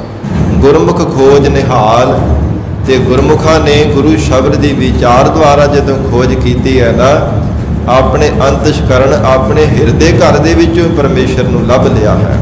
ਨਿਹਾਲ, ਉਹ ਨਿਹਾਲ ਹੋ ਗਏ ਨੇ, ਉਹ ਮੁਕਤ ਹੋ ਗਏ ਹੈ, ਬੰਧਨਾਂ ਤੋਂ ਰਹਿਤ ਹੋ ਗਏ ਨੇ, ਜਿਨ੍ਹਾਂ ਨੇ ਗੁਰੂ ਸ਼ਬਦ ਦੁਆਰਾ ਪਰਮੇਸ਼ਰ ਦੇ ਸਰੂਪ ਨੂੰ ਆਪਣੇ ਹਿਰਦੇ ਵਿੱਚੋਂ ਹੀ ਲੱਭ ਲਿਆ ਹੈ। ਉਹ ਫਿਰ ਤਿੰਨਾਂ ਭਾਵਨਾ ਵਿੱਚ ਸੰਸਾਰ ਦੇ ਅੰਦਰ ਥਾਵਾਂ ਤੇ ਭਟਕਦੇ ਨਹੀਂ ਹੈ, ਕਿਉਂਕਿ ਸਤਿਗੁਰੂ ਜੀ ਦਾ ਬਚਨ ਆਉਂਦਾ ਭਗਤ ਰਸਨਾ ਦੁਆਰਾ, ਜੋ ਬ੍ਰਹਮੰਡੇ ਸੋਏ ਪਿੰਡੇ, ਜੋ ਖੋਜੈ ਸੋ ਪਾਵੈ। ਕੌਣ ਪਰਮੇਸ਼ਰ ਦੀ ਪ੍ਰਾਪਤੀ ਕਰਦਾ ਹੈ? ਜੋ ਖੋਜ ਕਰਦਾ ਹੈ, ਗੁਰੂ ਸ਼ਬਦ ਦੁਆਰਾ ਜੋ ਖੋਜਣਾ ਕਰਦਾ ਹੈ। ਇਸ ਪ੍ਰਕਾਰ ਮਹਾਰਾਜ ਸੱਚੇ ਪਾਤਸ਼ਾਹ ਫਰਮਾਉਂਦੇ ਹੈ, ਤਿੰਨਾਂ ਭਾਵਨਾ ਵਿੱਚ ਭਟਕਣ ਵਾਲੇ, ਢੂੰਡਣ ਵਾਲੇ ਜੀਵਾਂ ਨੇ ਪਰਮੇਸ਼ਰ ਨੂੰ ਨਹੀਂ ਪਾਉਣਾ ਕੀਤਾ, ਪਰ ਜਿਨ੍ਹਾਂ ਨੇ ਅੰਤਰਮੁਖੀ ਹੋ ਕੇ ਗੁਰੂ ਸ਼ਬਦ ਦੁਆਰਾ ਪਰਮੇਸ਼ਰ ਨੂੰ ਖੋਜਿਆ, ਉਹ ਗੁਰਮੁਖ ਨਿਹਾਲ ਹੋ ਗਏ ਹਨ। ਸਤਿਗੁਰ ਮੇਲ ਮਿਲਾਇਆ। ਪਰਮਾਤਮਾ ਨੇ ਜਿਨ੍ਹਾਂ ਵਡਭਾਗੇ ਜੀਵਾਂ ਤੇ ਕਿਰਪਾ ਕੀਤੀ ਹੈ, ਪੂਰੇ ਸਤਿਗੁਰੂ ਜੀ ਦੇ ਮੇਲ ਵਿੱਚ ਜਿਨ੍ਹਾਂ ਨੂੰ ਮਿਲਾ ਦਿੱਤਾ ਹੈ।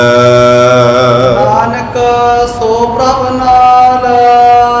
ਧੰਨ ਗੁਰੂ ਨਾਨਕ ਦੇਵ ਸਾਹਿਬ ਪਾਤਸ਼ਾਹ ਕਹਿੰਦੇ ਪਰਮੇਸ਼ਰ ਉਹਨਾਂ ਦੇ ਸਦਾ ਹੀ ਨਾਲ ਹੈ, ਅੰਗ ਸੰਗ ਹੈ। ਉਹ ਗੁਰਮੁਖ ਪਿਆਰੇ ਸਦਾ ਹੀ ਮਨ ਵਿੱਚ ਭਾਵਨਾ ਬਣਾ ਕੇ ਰੱਖਦੇ ਆ, ਗੁਰ ਮੇਰੇ ਸੰਗ ਸਦਾ ਹੈ ਨਾਲੇ, ਸਿਮਰ ਸਿਮਰ ਤਿਸ ਸਦਾ ਸੁਖਾਲੇ। ਉਹ ਕਦੇ ਨਹੀਂ ਮਨ ਵਿੱਚ ਕਿਸੇ ਦਾ ਭੈ ਧਾਰਨ ਕਰਕੇ ਰੱਖਦੇ। ਮਹਾਰਾਜ ਸੱਚੇ ਪਾਤਸ਼ਾਹ ਕਹਿੰਦੇ ਕੇਵਲ ਪਰਮੇਸ਼ਰ ਦੇ ਚਰਨਾਂ ਦਾ ਭੈ ਹੁੰਦਾ ਹੈ। ਜਿਨ੍ਹਾਂ ਦੇ ਹਿਰਦੇ ਅੰਦਰ ਸਤਿਗੁਰੂ ਜੀ ਦੇ ਚਰਨਾਂ ਦੀ ਪ੍ਰੀਤ ਵੱਧ ਜਾਂਦੀ ਹੈ, ਗੁਰੂ ਚਰਨਾਂ ਤੇ ਭਰੋਸਾ ਦ੍ਰਿੜ ਹੋ ਜਾਂਦਾ ਹੈ, ਉਹ ਸਤਿਗੁਰੂ ਜੀ ਨੂੰ ਸਦਾ ਹੀ ਅੰਗ ਸੰਗ ਸਮਝਦੇ ਹੈ। ਮਹਾਰਾਜ ਦੁਕਾਲੰ ਪਰਨਾਸੀ ਦਇਆਲੰ ਸਰੂਪੇ, ਸਦਾ ਅੰਗ ਸੰਗੇ ਅਭੰਗੰ ਬੇਪੂਤੇ। ਮਹਾਰਾਜ ਆਪ ਹੀ ਕਿਰਪਾ ਕਰਕੇ ਸਾਡੇ ਅੰਗ ਸੰਗ ਹੋ ਕਰਕੇ ਨਾਲ ਨਿਭਣ ਵਾਲੇ ਹੋ, ਐਸੇ ਗੁਰਮੁਖ ਨਿਸ਼ਚਾ ਜੀਵਨ ਵਿੱਚ ਧਾਰਨ ਕਰ ਲੈਂਦੇ ਹਨ। ਸ੍ਰੀ ਰਾਗ ਮਹੱਲਾ ਪਹਿਲਾ। ਮਰਨੇ ਕੀ ਚਿੰਤਾ ਨਹੀਂ। ਇਹ ਦੂਸਰਾ ਸ਼ਬਦ ਵੀ ਮਹਾਰਾਜ ਸੱਚੇ ਪਾਤਸ਼ਾਹ ਨੇ ਸ੍ਰੀ ਕਰਤਾਰਪੁਰ ਸਾਹਿਬ ਦੀ ਧਰਤੀ ਤੇ ਉਚਾਰਨ ਕੀਤਾ ਹੈ। ਜਦੋਂ ਇਹ ਉਪਦੇਸ਼ ਬਖਸ਼ਿਆ ਨਾ ਕਿ ਗੁਰਮੁਖਾਂ ਦੀ ਅਜਿਹੀ ਨਿਸ਼ਾਨੀ ਹੁੰਦੀ ਹੈ ਜੋ ਗੁਰਮਤਿ ਦੇ ਧਾਰਨੀ ਬਣ ਕੇ ਗੁਰੂ ਸ਼ਬਦ ਦੁਆਰਾ ਪਰਮੇਸ਼ਰ ਨੂੰ ਹਿਰਦੇ ਵਿੱਚ ਖੋਜ ਲੈਂਦੇ ਹੈ, ਸਾਖਸ਼ਾਤ ਕਰਕੇ ਦੀਦਾਰ ਕਰ ਲੈਂਦੇ ਹੈ। ਤੇ ਮਹਾਰਾਜ ਸੱਚੇ ਪਾਤਸ਼ਾਹ ਨੂੰ ਸਿੱਖਾਂ ਨੇ ਬੇਨਤੀ ਕੀਤੀ, ਹੇ ਮਹਾਰਾਜ ਹੋਰ ਵੀ ਗੁਰਮੁਖਾਂ ਦੀ ਨਿਸ਼ਾਨੀ ਦੱਸੋ। ਤੇ ਸਤਿਗੁਰੂ ਜੀ ਉਚਾਰਦੇ ਹਨ, ਮਰਨੇ ਕੀ ਚਿੰਤਾ ਨਹੀਂ। ਸਤਿਗੁਰੂ ਨਾਨਕ ਦੇਵ ਸਾਹਿਬ ਪਾਤਸ਼ਾਹ ਫਰਮਾਉਂਦੇ, ਉਹਨਾਂ ਗੁਰਮੁਖਾਂ ਦੇ ਹਿਰਦੇ ਅੰਦਰ ਮੌਤ ਦੀ ਕੋਈ ਚਿੰਤਾ ਨਹੀਂ ਹੁੰਦੀ। ਮਰਨੇ ਦਾ ਕੋਈ ਖੌਫ ਕੋਈ ਭੈ ਨਹੀਂ ਮਨ ਦੇ ਵਿੱਚ ਹੁੰਦਾ। ਜੀਵਨ ਕੀ ਨਹੀਂ ਆਸ, ਜਗਤ ਅੰਦਰ ਬਹੁਤਾ ਲੰਮੇਰਾ ਸਮਾਂ ਜੀਵਨ ਨਿਰਵਾਹ ਕਰਨੇ ਦਾ, ਜ਼ਿੰਦਗੀ ਜਿਉਣੇ ਦੀ ਕੋਈ ਆਸਾਂ ਵੀ ਨਹੀਂ ਲਗਾ ਕੇ ਰੱਖਦੇ, ਕਿਉਂਕਿ ਮਰਨਾ ਤਾਂ ਪਹਿਲਾਂ ਹੀ ਉਹਨਾਂ ਨੇ ਕਬੂਲਿਆ ਹੁੰਦਾ ਹੈ। ਪਹਿਲਾ ਮਰਨ ਕਬੂਲ ਜੀਵਨ ਕੀ ਛੱਡ ਆਸ, ਹੋ ਸਭਨਾ ਕੀ ਰੇਣੁਕਾ ਤਉ ਆਓ ਹਮਾਰੇ ਪਾਸ। ਇਹ ਗੁਰੂ ਸ਼ਬਦ ਉਹਨਾਂ ਨੇ ਆਪਣੇ ਜੀਵਨ ਦੇ ਅੰਦਰ ਕਮਾਇਆ ਹੁੰਦਾ। ਜਿਨ੍ਹਾਂ ਗੁਰਮੁਖਾਂ ਨੇ ਮਰਨਾ ਕੀ ਚਿੰਤਾ ਨਹੀਂ, ਮਰਨੇ ਦੀ ਕੋਈ ਚਿੰਤਾ ਹੈ ਹੀ ਨਹੀਂ ਹੈ, ਜਿਨ੍ਹਾਂ ਨੇ ਧਰਮ ਦੇ ਮਾਰਗ ਤੇ ਚੱਲਣਾ ਕੀਤਾ, ਉਹ ਮਰਨਾ ਪਹਿਲਾਂ ਸਾਧ ਸੰਗਤ ਜੀ ਜੀਵਨ ਦੇ ਵਿੱਚ ਕਬੂਲ ਲੈਂਦੇ ਹੈ। ਮੌਤ ਨੂੰ ਉਹਨਾਂ ਪਹਿਲਾਂ ਹੀ ਮਾਰ ਕਰਕੇ ਰੱਖਿਆ ਹੁੰਦਾ। ਇਸ ਪ੍ਰਕਾਰ ਸਤਿਗੁਰੂ ਨਾਨਕ ਦੇਵ ਸਾਹਿਬ ਮਹਾਰਾਜ ਸੱਚੇ ਪਾਤਸ਼ਾਹ ਹਜ਼ੂਰ ਫਰਮਾਉਂਦੇ ਹੈ, ਐਸੇ ਉਹ ਗੁਰਮੁਖ ਪਿਆਰੇ ਹੁੰਦੇ ਹੈ, ਜਗਤ ਦੇ ਜੀਵਾਂ ਦੇ ਨਾਲ ਉਹਨਾਂ ਦਾ ਜੀਵਨ ਜਿਹੜਾ ਨਾ ਨਿਰਵਾਹ ਕਰਨ ਦਾ ਜੋ ਢੰਗ ਹੈ ਬਹੁਤ ਵੱਖਰਾ ਹੁੰਦਾ ਹੈ। ਕਿਉਂਕਿ ਜਗ ਮਰਨ ਦਾ ਭਾਇਆ ਨਿਤ ਆਪ ਲੁਕਾਇਆ, ਮਤ ਜਮ ਪਕੜੈ ਲੈ ਜਾਏ ਜੀਓ। ਜਗਤ ਹਰ ਸਮੇਂ ਡਰਦਾ ਕਿ ਮੇਰੀ ਮੌਤ ਨਾ ਹੋਵੇ, ਅਸੀਂ ਸਾਰੇ ਹੀ ਡਰਦੇ ਹਾਂ ਮੇਰੀ ਮੌਤ ਨਾ ਹੋਵੇ, ਅਸੀਂ ਲੰਮੇਰਾ ਸਮਾਂ ਜ਼ਿੰਦਗੀ ਜਿਉਈਏ, ਵੱਡੀ ਉਮਰ ਹੋ ਕੇ ਸਾਡੀ ਮੌਤ ਹੋਵੇ। ਹਰ ਕੋਈ ਇਹੋ ਲੋਚਦਾ ਰਹਿੰਦਾ ਹੈ, ਨਾ ਹੀ ਮਰਾਂ ਤਾਂ ਚੰਗੀ ਗੱਲ ਹੈ, ਮੌਤ ਨਾ ਹੀ ਆਵੇ ਤਾਂ ਮੇਰੇ ਵਾਸਤੇ ਬਿਹਤਰ ਹੈ।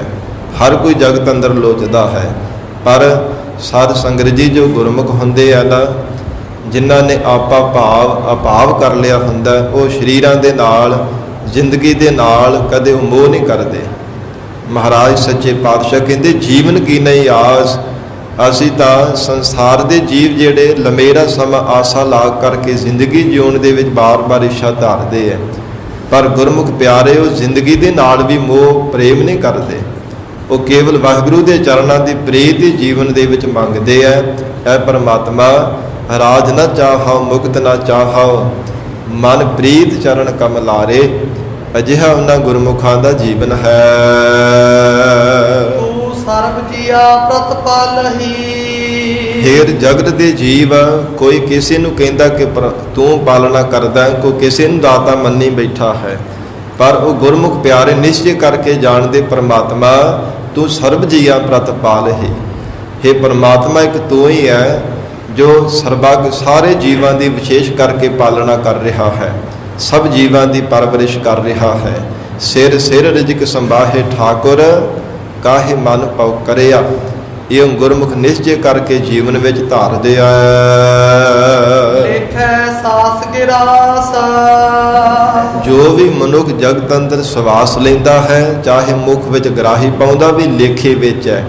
ਲੇਖੈ ਸਾਸ ਗਿਰਾਸ ਅਥਵਾ ਹੈ ਜੀਵ, ਉਹੋ ਹੀ ਪਰਮਾਤਮਾ ਦੇ ਦਰ ਤੇ ਤੇਰਾ ਲਿਆ ਹੋਇਆ ਸਵਾਸ ਪ੍ਰਵਾਨ ਹੋਵੇਗਾ, ਜੇ ਸਵਾਸ ਦੇ ਨਾਲ ਪਰਮੇਸ਼ਰ ਦਾ ਭਜਨ ਕੀਤਾ ਹੋਵੇਗਾ। ਸਾਹ ਲੈਂਦਿਆਂ ਗਰਾਹੀ ਮੁਖ ਵਿੱਚ ਪਾਉਂਦਿਆਂ ਮੁਖ ਤੋਂ ਵਾਹਿਗੁਰੂ ਵਾਹਿਗੁਰੂ ਉਚਾਰਨ ਕੀਤਾ ਹੋਵੇਗਾ, ਲੇਖੈ ਉਹ ਪਰਮਾਤਮਾ ਦੇ ਦਰ ਤੇ ਲੇਖੇ ਵਿੱਚ ਪਵੇਗਾ। ਅੰਤਰ ਗੁਰਮੁਖ ਤੂੰ ਵਸਹਿ, ਐ ਪਰਮਾਤਮਾ ਗੁਰਮੁਖਾਂ ਦੇ ਹਿਰਦੇ ਅੰਦਰ ਆਪ ਜੀ ਸਦਾ ਹੀ ਵਸਦੇ ਹੋ।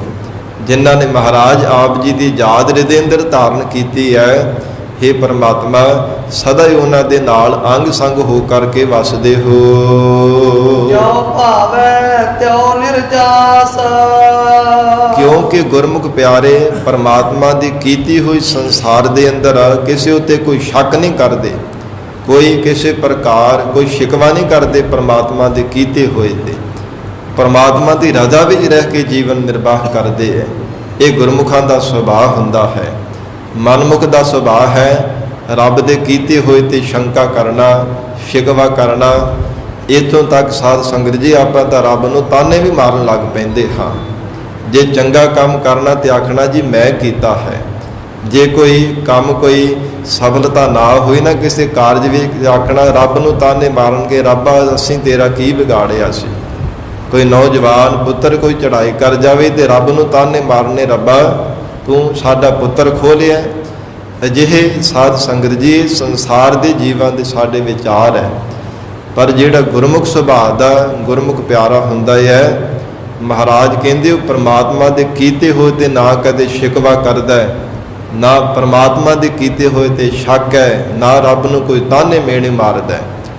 ਜੇਕਰ ਜੀਵਨ ਵਿੱਚ ਦੁੱਖ ਮਿਲਿਆ ਤੇ ਕਹਿਣਾ ਕਿ ਮੇਰਾ ਕੋਈ ਪਿਛਲਾ ਕੋਈ ਜਨਮ ਦਾ ਕਰਮ ਹੋਵੇਗਾ, ਔਰ ਇਸ ਪ੍ਰਕਾਰ ਸੁਖ ਮਿਲਿਆ ਤੇ ਆਖਣਾ ਕਿ ਮੇਰਾ ਕੋਈ ਪੁੰਨ ਕਰਮ ਹੋਵੇਗਾ ਜਿਹੜਾ ਅੱਗੇ ਆ ਗਿਆ ਤੇ ਮੈਨੂੰ ਸੁਖ ਮਿਲਿਆ ਹੈ।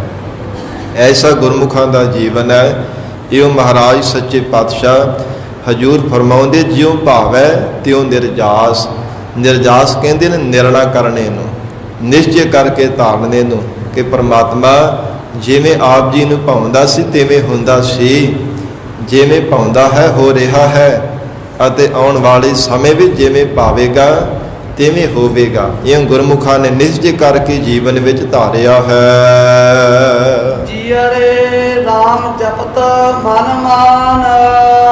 ਹੇ ਜੀਅੜੇ, ਇਹ ਪਿਆਰੇ ਜੀਵ, ਇਹ ਮੇਰੀਏ ਜਿੰਦੇ, ਜੇ ਪਰਮੇਸ਼ਰ ਦਾ ਨਾਮ ਜਪੇ ਤਾਂ ਹੀ ਤੇਰਾ ਮਨ ਪਰਮਾਤਮਾ ਵਾਹਿਗੁਰੂ ਦੇ ਸਰੂਪ ਦੇ ਵਿੱਚ ਮੰਨੇਗਾ, ਤਾਂ ਹੀ ਭਜਨ ਕਰਨੇ ਵਿੱਚ, ਤਾਂ ਹੀ ਸਤ ਸੰਗਤ ਕਰਨੇ ਵਿੱਚ ਮਨ ਮੰਨੇਗਾ।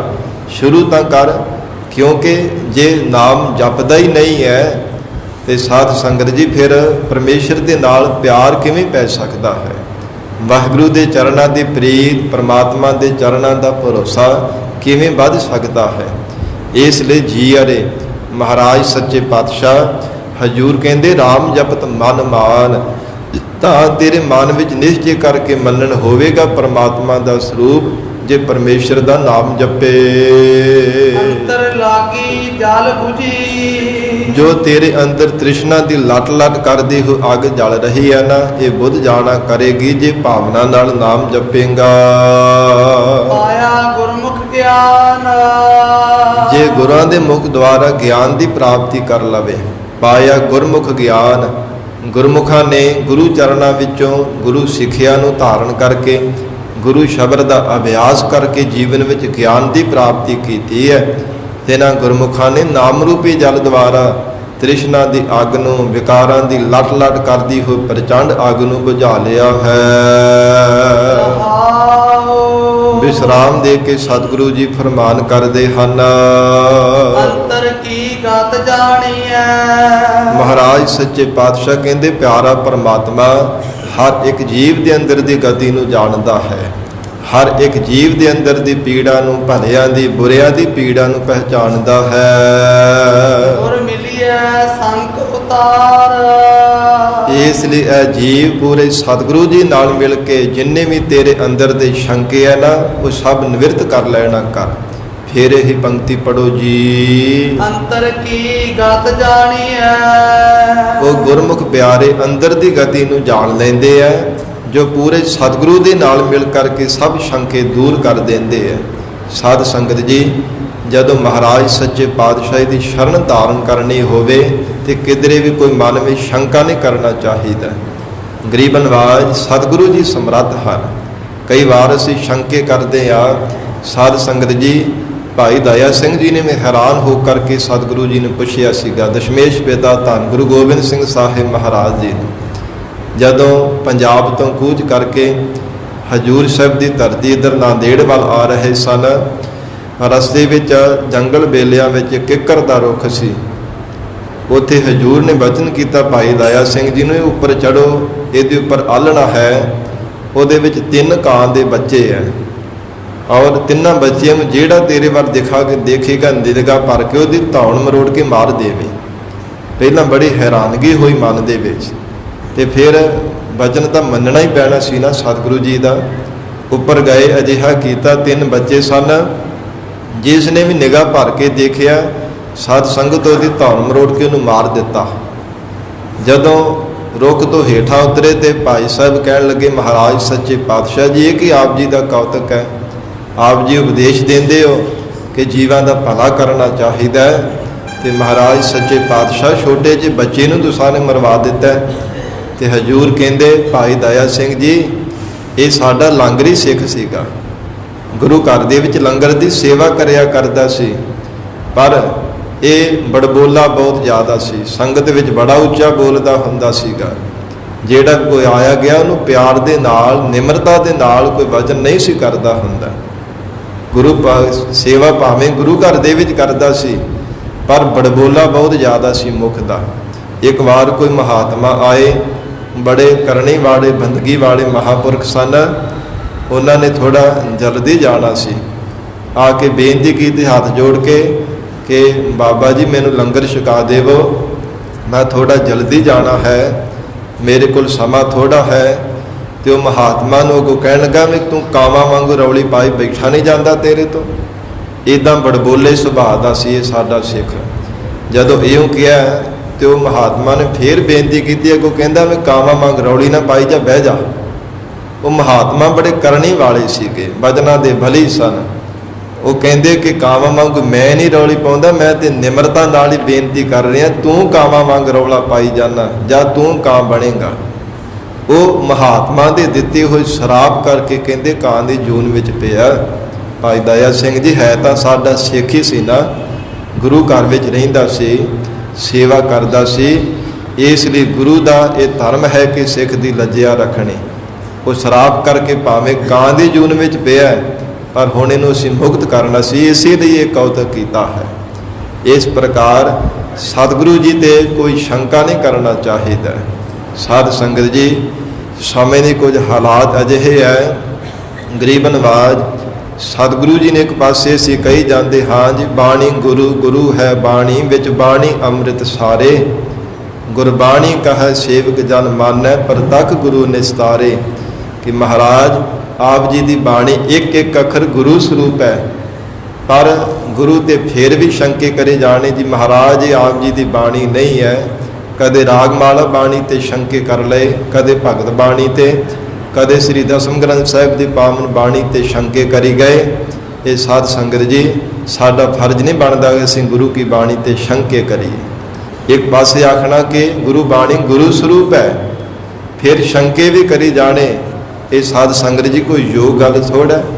ਮਹਾਰਾਜ ਸੱਚੇ ਪਾਤਸ਼ਾਹ ਧੰਨ ਗੁਰੂ ਨਾਨਕ ਦੇਵ ਸਾਹਿਬ ਜੀ ਉਪਦੇਸ਼ ਦੇ ਰਹੇ ਹੈ, ਗੁਰ ਮਿਲੀਐ ਸੰਕ ਉਤਾਰ। ਹੇ ਜੀਵ, ਜਦੋਂ ਵੀ ਪੂਰੇ ਸਤਿਗੁਰੂ ਜੀ ਨੂੰ ਮਿਲਣਾ ਹੋਵੇ, ਸ਼ੰਕਿਆਂ ਨੂੰ ਉਤਾਰ ਕੇ, ਸ਼ੰਕਿਆਂ ਤੋਂ ਰਹਿਤ ਹੋ ਕਰਕੇ, ਨਿਰਸ਼ੰਕ ਹੋ ਕਰਕੇ ਗੁਰੂ ਸ਼ਰਨ ਵਿੱਚ ਆਉਣਾ ਕਰ। ਮਹਾਰਾਜ ਸੱਚੇ ਪਾਤਸ਼ਾਹ ਨੂੰ ਸਮਰੱਥ ਜਾਣ ਕੇ ਕਿ ਗਰੀਬ ਨਵਾਜ਼ ਸਤਿਗੁਰੂ ਜੀ ਆਪ ਜੀ ਤਾਂ ਬਿਨ ਬਕਨੇ ਬਿਨ ਕਹਿਨ ਕਹਾਵਨ, ਅੰਤਰ ਜਾਮੀ ਜਾਣੈ। ਗੁਰੂ ਸ਼ਰਨ ਵਿੱਚ ਵੀ ਸ਼ੰਕੇ ਲੈ ਕੇ ਆਏ ਤੇ ਮਹਾਰਾਜ ਕਹਿੰਦੇ ਸਤਿਗੁਰੂ ਜੀ ਤਾਂ ਪਹਿਲਾਂ ਹੀ ਜਾਣਦੇ ਆ। ਇਹਦੇ ਨਾਲ ਬਿਹਤਰ ਤਾਂ ਇਹੋ ਹੋਵੇਗਾ ਨਾ ਕਿ ਸ਼ੰਕਿਆਂ ਤੋਂ ਰਹਿਤ ਹੋ ਕੇ ਗੁਰੂ ਸ਼ਰਨ ਧਾਰਨ ਕੀਤੀ ਜਾਵੇ, ਕਿਉਂਕਿ ਜਿਹੜਾ ਸ਼ੰਕਾਵਾਦੀ ਹੁੰਦਾ ਉਹਦਾ ਕਦੇ ਉਧਾਰ ਨਹੀਂ ਹੋ ਸਕਦਾ। ਇਸ ਲਈ ਮਹਾਰਾਜ ਉਪਦੇਸ਼ ਦੇ ਰਹੇ ਆ, ਹੋਇਆ ਜਿਤ ਘਰ ਜਾਈਐ। ਮਹਾਰਾਜ ਸੱਚੇ ਪਾਤਸ਼ਾਹ ਕਹਿੰਦੇ ਮੋਇਆ ਮਰ ਕੇ ਜਿਸ ਘਰ ਦੇ ਵੀ ਜਾਣਾ ਕਰੀਦਾ ਹੈ। ਜਿਤ ਜੀਵ ਦਿਆ ਮਰ ਮਾਰ। ਹੇ ਜੀਵ, ਪਰਮਾਤਮਾ ਦੀ ਸੱਚੀ ਦਰਗਾਹ ਦੇ ਵਿੱਚ ਜਾਣਾ ਪੈਣਾ, ਫਿਰ ਉਹ ਜਿਉਂਦੇ ਜੀ ਹੀ ਉਹਨੂੰ ਮਾਰ ਲੈਣਾ ਕਰ, ਮਨ ਨੂੰ ਮਾਰ ਲੈਣਾ ਕਰ। ਤਿਤ ਜੀਵ ਦਿਆ ਮਨ ਮਾਰ। ਜੇ ਜਿਉਂਦੇ ਜੀ ਮਨ ਨੂੰ ਮਾਰ ਲਵੇ, ਮਨ ਕੋਈ ਸਾਧ ਸੰਗਤ ਜੀ ਆਕਾਰ ਥੋੜਾ, ਇਹ ਕੋਈ ਸਰੀਰ ਪ੍ਰਤੱਖ ਥੋੜਾ, ਜਿਵੇਂ ਪ੍ਰਤੱਖ ਸਰੀਰ ਹੈ, ਨਜ਼ਰ ਆਉਂਦੇ ਆ, ਇਹ ਬੋਲਦੇ ਵੀ ਆ, ਮਨ ਵੀ ਬੋਲਦਾ ਹੈ ਪਰ ਉਹ ਨਜ਼ਰ ਨਹੀਂ ਆਉਂਦਾ, ਇੰਨਾ ਜ਼ਿਆਦਾ ਸੂਖਸ਼ਮ ਹੈ। ਇਸ ਪ੍ਰਕਾਰ ਇਹਨੂੰ ਮਾਰਨਾ ਕਿਵੇਂ ਹੈ? ਮਹਾਰਾਜ ਸੱਚੇ ਪਾਤਸ਼ਾਹ ਕਹਿੰਦੇ ਸ਼ਬਦ ਦੀ ਕਸਵੱਟੀ ਲਾ ਕੇ। ਗੁਰਮੁਖ ਆਪਣਾ ਮਨ ਮਾਰਿਆ, ਸ਼ਬਦ ਕਸਵੱਟੀ ਲਾਏ। ਗੁਰਮੁਖਾਂ ਨੇ ਆਪਣੇ ਮਨ ਨੂੰ ਮਾਰਿਆ ਹੈ। ਮਾਰਨਾ ਕੀ ਹੈ? ਵਸ ਵਿੱਚ ਕਰਨਾ। ਸ਼ਬਦ ਦੀ ਕਸਵੱਟੀ ਲਾ ਕਰਕੇ, ਸ਼ਬਦ ਦਾ ਅਭਿਆਸ ਕਰ ਕਰਕੇ ਗੁਰਮੁਖਾਂ ਨੇ ਮਨ ਨੂੰ ਵਸੀਕਾਰ ਕੀਤਾ ਹੈ। ਇਸ ਪ੍ਰਕਾਰ ਐਸਾ ਪ੍ਰਬਲ ਇਹ ਮਨ ਹੈ, ਦੁਨੀਆ ਦੀ ਕੋਈ ਹੋਰ ਤਾਕਤ ਨਹੀਂ ਹੈ, ਹੋਰ ਕੋਈ ਐਸੀ ਸ਼ਕਤੀ ਨਹੀਂ ਜੋ ਮਨ ਨੂੰ ਵਸ ਵਿੱਚ ਕਰ ਦੇਵੇ। ਕੇਵਲ ਗੁਰੂ ਕਿਰਪਾ ਰੂਪ ਸ਼ਕਤੀ ਹੈ। ਜੇ ਮਹਾਰਾਜ ਕਿਰਪਾ ਕਰ ਦੇਣ, ਮਨ ਵਸ ਆਵੇ ਨਾਨਕਾ, ਜੇ ਪੂਰਨ ਕਿਰਪਾ ਹੋਏ, ਪੂਰਨ ਸਤਿਗੁਰੂ ਜੀ ਸਮਰੱਥ ਮਹਾਰਾਜ ਕਿਰਪਾ ਕਰ ਦੇਣ ਤਾਂ ਹੀ ਮਨ ਵਸ ਵਿੱਚ ਆਉਂਦਾ ਹੈ। ਸੋ ਇਸ ਲਈ ਮਹਾਰਾਜ ਸੱਚੇ ਪਾਤਸ਼ਾਹ ਕਹਿੰਦੇ ਆ, ਐ ਪ੍ਰਾਣਾ ਤਾਰੇ ਜੀਵ ਮੋਇਆ ਜਿਤ ਕਰ ਜਾਈਐ, ਤਿਤ ਜੀਵ ਦਿਆ ਮਰ ਮਾਰ। ਉਹ ਅਭਾਵ ਆਪਾ ਭਾਵ ਨੂੰ ਜਿਉਂਦੇ ਜੀ ਹੀ ਮਾਰ ਲੈਣਾ ਕਰ, ਕਿਉਂਕਿ ਸ਼ਬਦ ਮਰੈ ਫਿਰ ਨਾ ਮਰੈ। ਜੇ ਸ਼ਬਦ ਦੁਆਰਾ ਇੱਕ ਵਾਰ ਆਪਾ ਭਾਵ ਮਰ ਜਾਵੇ ਤੇ ਫਿਰ ਮੌਰ ਦੇ ਮਾਰੇ ਹੋਏ ਨਹੀਂ ਮਰਨਾ ਪੈਂਦਾ। ਜੇ ਆਪਣਤ ਨਹੀਂ ਮਰਦੀ, ਹੰਕਾਰ ਨਹੀਂ ਮਿਟਦਾ, ਤੇ ਫਿਰ ਮੌਤ ਜੀਵ ਨੂੰ ਬਾਰ-ਬਾਰ ਮਾਰਦੀ ਹੈ। ਇਸ ਲਈ ਮਹਾਰਾਜ ਕਹਿੰਦੇ ਫਿਰ ਜਿਉਂਦੇ ਜਿਹੇ ਆਪਣਾ ਭਾਵ ਮਾਰ ਲੈਣਾ ਕਰ। ਅਨਹਦ ਸ਼ਬਦ ਸੁਹਾਵਣੇ। ਪਰਮੇਸ਼ਰ ਦੇ ਨਾਮ ਦੀ ਜਿਹੜੀ ਅਨਹਦ ਦੀ ਇੱਕ ਰਸ ਧੁਨੀ ਹੈ ਨਾ, ਉਹ ਸੁਹਾਵਣੇ ਬੜੀ ਹੀ ਸ਼ੋਭਾ ਵਾਲੀ ਹੈ। ਪਾਈਐ ਗੁਰ ਵਿਚਾਰ। ਪਰ ਕਿਵੇਂ ਪ੍ਰਾਪਤ ਹੁੰਦੀ ਹੈ? ਗੁਰੂ ਸ਼ਬਦ ਦੀ ਵਿਚਾਰ ਦੁਆਰਾ। ਗੁਰੂ ਸ਼ਬਦ ਦੀ ਵਿਚਾਰ ਦੁਆਰਾ ਜੋ ਅੰਦਰ ਦੀਆਂ ਵਿਚਾਰਾਂ ਨੇ ਉਹ ਮਰ ਜਾਂਦੀਆਂ ਨੇ। ਅੰਦਰ ਦੀਆਂ ਵਿਚਾਰਾਂ ਦੇ, ਮਨ ਦੀਆਂ ਵਿਚਾਰਾਂ ਦੇ ਜਿਹੜਾ ਸ਼ੋਰ ਸ਼ਰਾਬਾ ਹੋ ਰਿਹਾ ਉਹ ਫਿਰ ਸ਼ਾਂਤ ਹੋ ਜਾਂਦਾ ਹੈ। ਤਾਂ ਹੀ ਤਾਂ ਪਰਮੇਸ਼ਰ ਦੇ ਨਾਮ ਦੀ ਧੁਨੀ ਸੁਣਾਈ ਦਿੰਦੀ ਹੈ। ਜਿੰਨੀ ਦੇਰ ਤੱਕ ਰੌਲਾ ਪਾਈ ਜਾਂਦਾ, ਆਪਣੀਆਂ ਵਿਚਾਰਾਂ, ਮਨ ਆਪਣਾ ਰੌਲਾ ਪਾਈ ਜਾਂਦਾ, ਬਾਰ-ਬਾਰ ਕੋਈ ਚੰਗੀ ਕੋਈ ਮੰਦੀ ਵਿਚਾਰਾਂ ਆਪਣੀਆਂ ਹੀ ਬਾਰ-ਬਾਰ ਕੁਰਲਾਹਟ ਪਾਈ ਜਾਂਦਾ, ਉਦੋਂ ਤੱਕ ਪਰਮੇਸ਼ਰ ਦੇ ਨਾਮ ਦੀ ਧੁਨੀ ਨਹੀਂ ਸੁਣਾਈ ਦਿੰਦੀ। ਤਾਂ ਹੀ ਤਾਂ ਪਰਮੇਸ਼ਰ ਦਾ ਨਾਮ ਚੰਗਾ ਨਹੀਂ ਮਨ ਨੂੰ ਲੱਗਦਾ। ਸਾਧ ਸੰਗਤ ਜੀ, ਜਿਨ੍ਹਾਂ ਨੇ ਗੁਰੂ ਸ਼ਬਦ ਦੁਆਰਾ ਮਨ ਦੀਆਂ ਵਿਚਾਰਾਂ ਨੂੰ ਮਾਰ ਲਿਆ, ਮਨ ਸ਼ਾਂਤ ਹੋ ਗਿਆ, ਉਹਨਾਂ ਦਾ ਮਨ ਨੂੰ ਫਿਰ ਪਰਮੇਸ਼ਰ ਦਾ ਨਾਮ ਪਿਆਰਾ ਲੱਗਦਾ ਹੈ। ਕੋਈ ਗੁਰਮੁਖ ਪਿਆਰਾ ਪਰਮੇਸ਼ਰ ਦੇ ਨਾਮ ਦੀ ਗੱਲ ਸੁਣਾਵੇ ਤੇ ਬੜੀ ਉਹਨਾਂ ਦੇ ਮਨ ਨੂੰ ਮਿੱਠੀ ਲੱਗਦੀ ਹੈ। ਗੁਰ ਸਿੱਖਾ ਮਨ ਵਧਾਈਆ, ਜਿਨ ਮੇਰਾ ਸਤਿਗੁਰੂ ਡਿਠਾ ਰਾਮ ਰਾਜੇ। ਕੋਈ ਕਰ ਗੱਲ ਸੁਣਾਵੇ ਹਰ ਨਾਮ ਕੀ, ਸੋ ਲੱਗੈ ਗੁਰ ਸਿੱਖਾ ਮਨ ਮਿੱਠਾ। ਕਿਉਂਕਿ ਮਨ ਦੀਆਂ ਵਿਚਾਰਾਂ ਉਹਨਾਂ ਦੇ ਸ਼ਾਂਤ ਹੋ ਗਈਆਂ ਨੇ, ਮਨ ਦੀਆਂ ਵਿਚਾਰਾਂ ਮਰ ਗਈਆਂ ਨੇ। ਗੁਰਮਤਿ ਦੀ ਗੁਰੂ ਵਿਚਾਰ ਹਿਰਦੇ ਅੰਦਰ ਆ ਗਈ ਹੈ, ਜਿਸ ਕਰਕੇ ਮਨ ਨੂੰ ਪਰਮੇਸ਼ਰ ਦਾ ਨਾਮ ਪਿਆਰਾ ਲੱਗਦਾ ਹੈ। ਅਨਹਦ ਬਾਣੀ ਪਾਈ ਹੈ। ਤਿੰਨਾਂ ਗੁਰਮੁਖਾਂ ਨੇ ਵਾਹਿਗੁਰੂ ਦੇ ਅਨਹਦ ਇੱਕ ਰਸ ਨਾਮ ਰੂਪ ਬਾਣੀ ਨੂੰ ਪਾ ਲਿਆ ਹੈ। ਹਉਮੈ ਹੋਏ ਵਿਨਾਸ਼। ਉਥੇ ਫਿਰ ਹਉਮੈ ਦਾ ਵਿਨਾਸ਼ ਹੋ ਗਿਆ ਹੈ। ਤਹਿ ਹਉਮੈ ਹੋਏ ਵਿਨਾਸ਼, ਕਿਉਂਕਿ ਹਉਮੈ ਨਾਵੈ ਨਾਲ ਵਿਰੋਧ ਹੈ। ਦੋਏ ਨਾ ਮਸਹਿ ਇੱਕ ਠਾਏ। ਹੰਕਾਰ ਅਤੇ ਪਰਮੇਸ਼ਰ ਦਾ ਨਾਮ ਇੱਕੋ ਥਾਂ ਤੇ ਨਹੀਂ ਰਹਿ ਸਕਦੇ। ਬੜਾ ਵੱਡਾ ਆਪਸ ਵਿੱਚ ਝਗੜਾ ਹੈ, ਬਹੁਤ ਵੱਡਾ ਵੈਰ ਵਿਰੋਧ ਹੈ। ਜਿੱਥੇ ਹੰਕਾਰ ਹੋਵੇ ਉੱਥੇ ਨਾਮ ਨਹੀਂ ਪਰਮੇਸ਼ਰ ਦਾ ਟਿਕਦਾ। ਜਿੱਥੇ ਪਰਮਾਤਮਾ ਵਾਹਿਗੁਰੂ ਕਿਰਪਾ ਕਰ ਦੇਵੇ, ਹਿਰਦੇ ਅੰਦਰ ਨਿਮਰਤਾ ਆ ਜਾਵੇ, ਪਰਮੇਸ਼ਰ ਦਾ ਨਾਮ ਟਿਕ ਜਾਵੇ, ਉੱਥੇ ਫਿਰ ਹਉਮੈ ਨਹੀਂ ਆਉਂਦੀ। ਇਸ ਪ੍ਰਕਾਰ ਹਜ਼ੂਰ ਕਹਿੰਦੇ ਉੱਥੇ ਹਉਮੈ ਦੀ ਨਿਵਰਤੀ ਹੋ ਜਾਂਦੀ ਹੈ, ਜਿੱਥੇ ਇੱਕ ਰਸ ਪਰਮੇਸ਼ਰ ਦਾ ਨਾਮ ਟਿਕ ਜਾਂਦਾ ਹੈ। ਸਤਿਗੁਰ ਸੇਵੇ ਆਪਣਾ। ਜੋ ਗੁਰਮੁਖ ਪਿਆਰਾ ਭਾਵਨਾ ਦੇ ਨਾਲ ਆਪਣਾ ਸਤਿਗੁਰੂ ਜੀ ਨੂੰ ਸੇਵਦਾ ਹੈ, ਆਓ ਸਤਿਗੁਰ ਬਾਣੈ ਤਾਸ। ਧੰਨ ਗੁਰੂ ਨਾਨਕ ਦੇਵ ਸਾਹਿਬ ਪਾਤਸ਼ਾਹ ਕਹਿੰਦੇ ਉਸ ਤੋਂ ਅਸੀਂ ਸਦਾ ਹੀ ਕੁਰਬਾਨ ਜਾਂਦੇ ਹਾਂ। ਜੋ ਇੱਕ ਜਿੱਤ ਹੋ ਕੇ ਮਹਾਰਾਜ ਸੱਚੇ ਪਾਤਸ਼ਾਹ ਦੇ ਸ਼ਬਦ ਦੀ ਕਮਾਈ ਕਰਦਾ ਹੈ।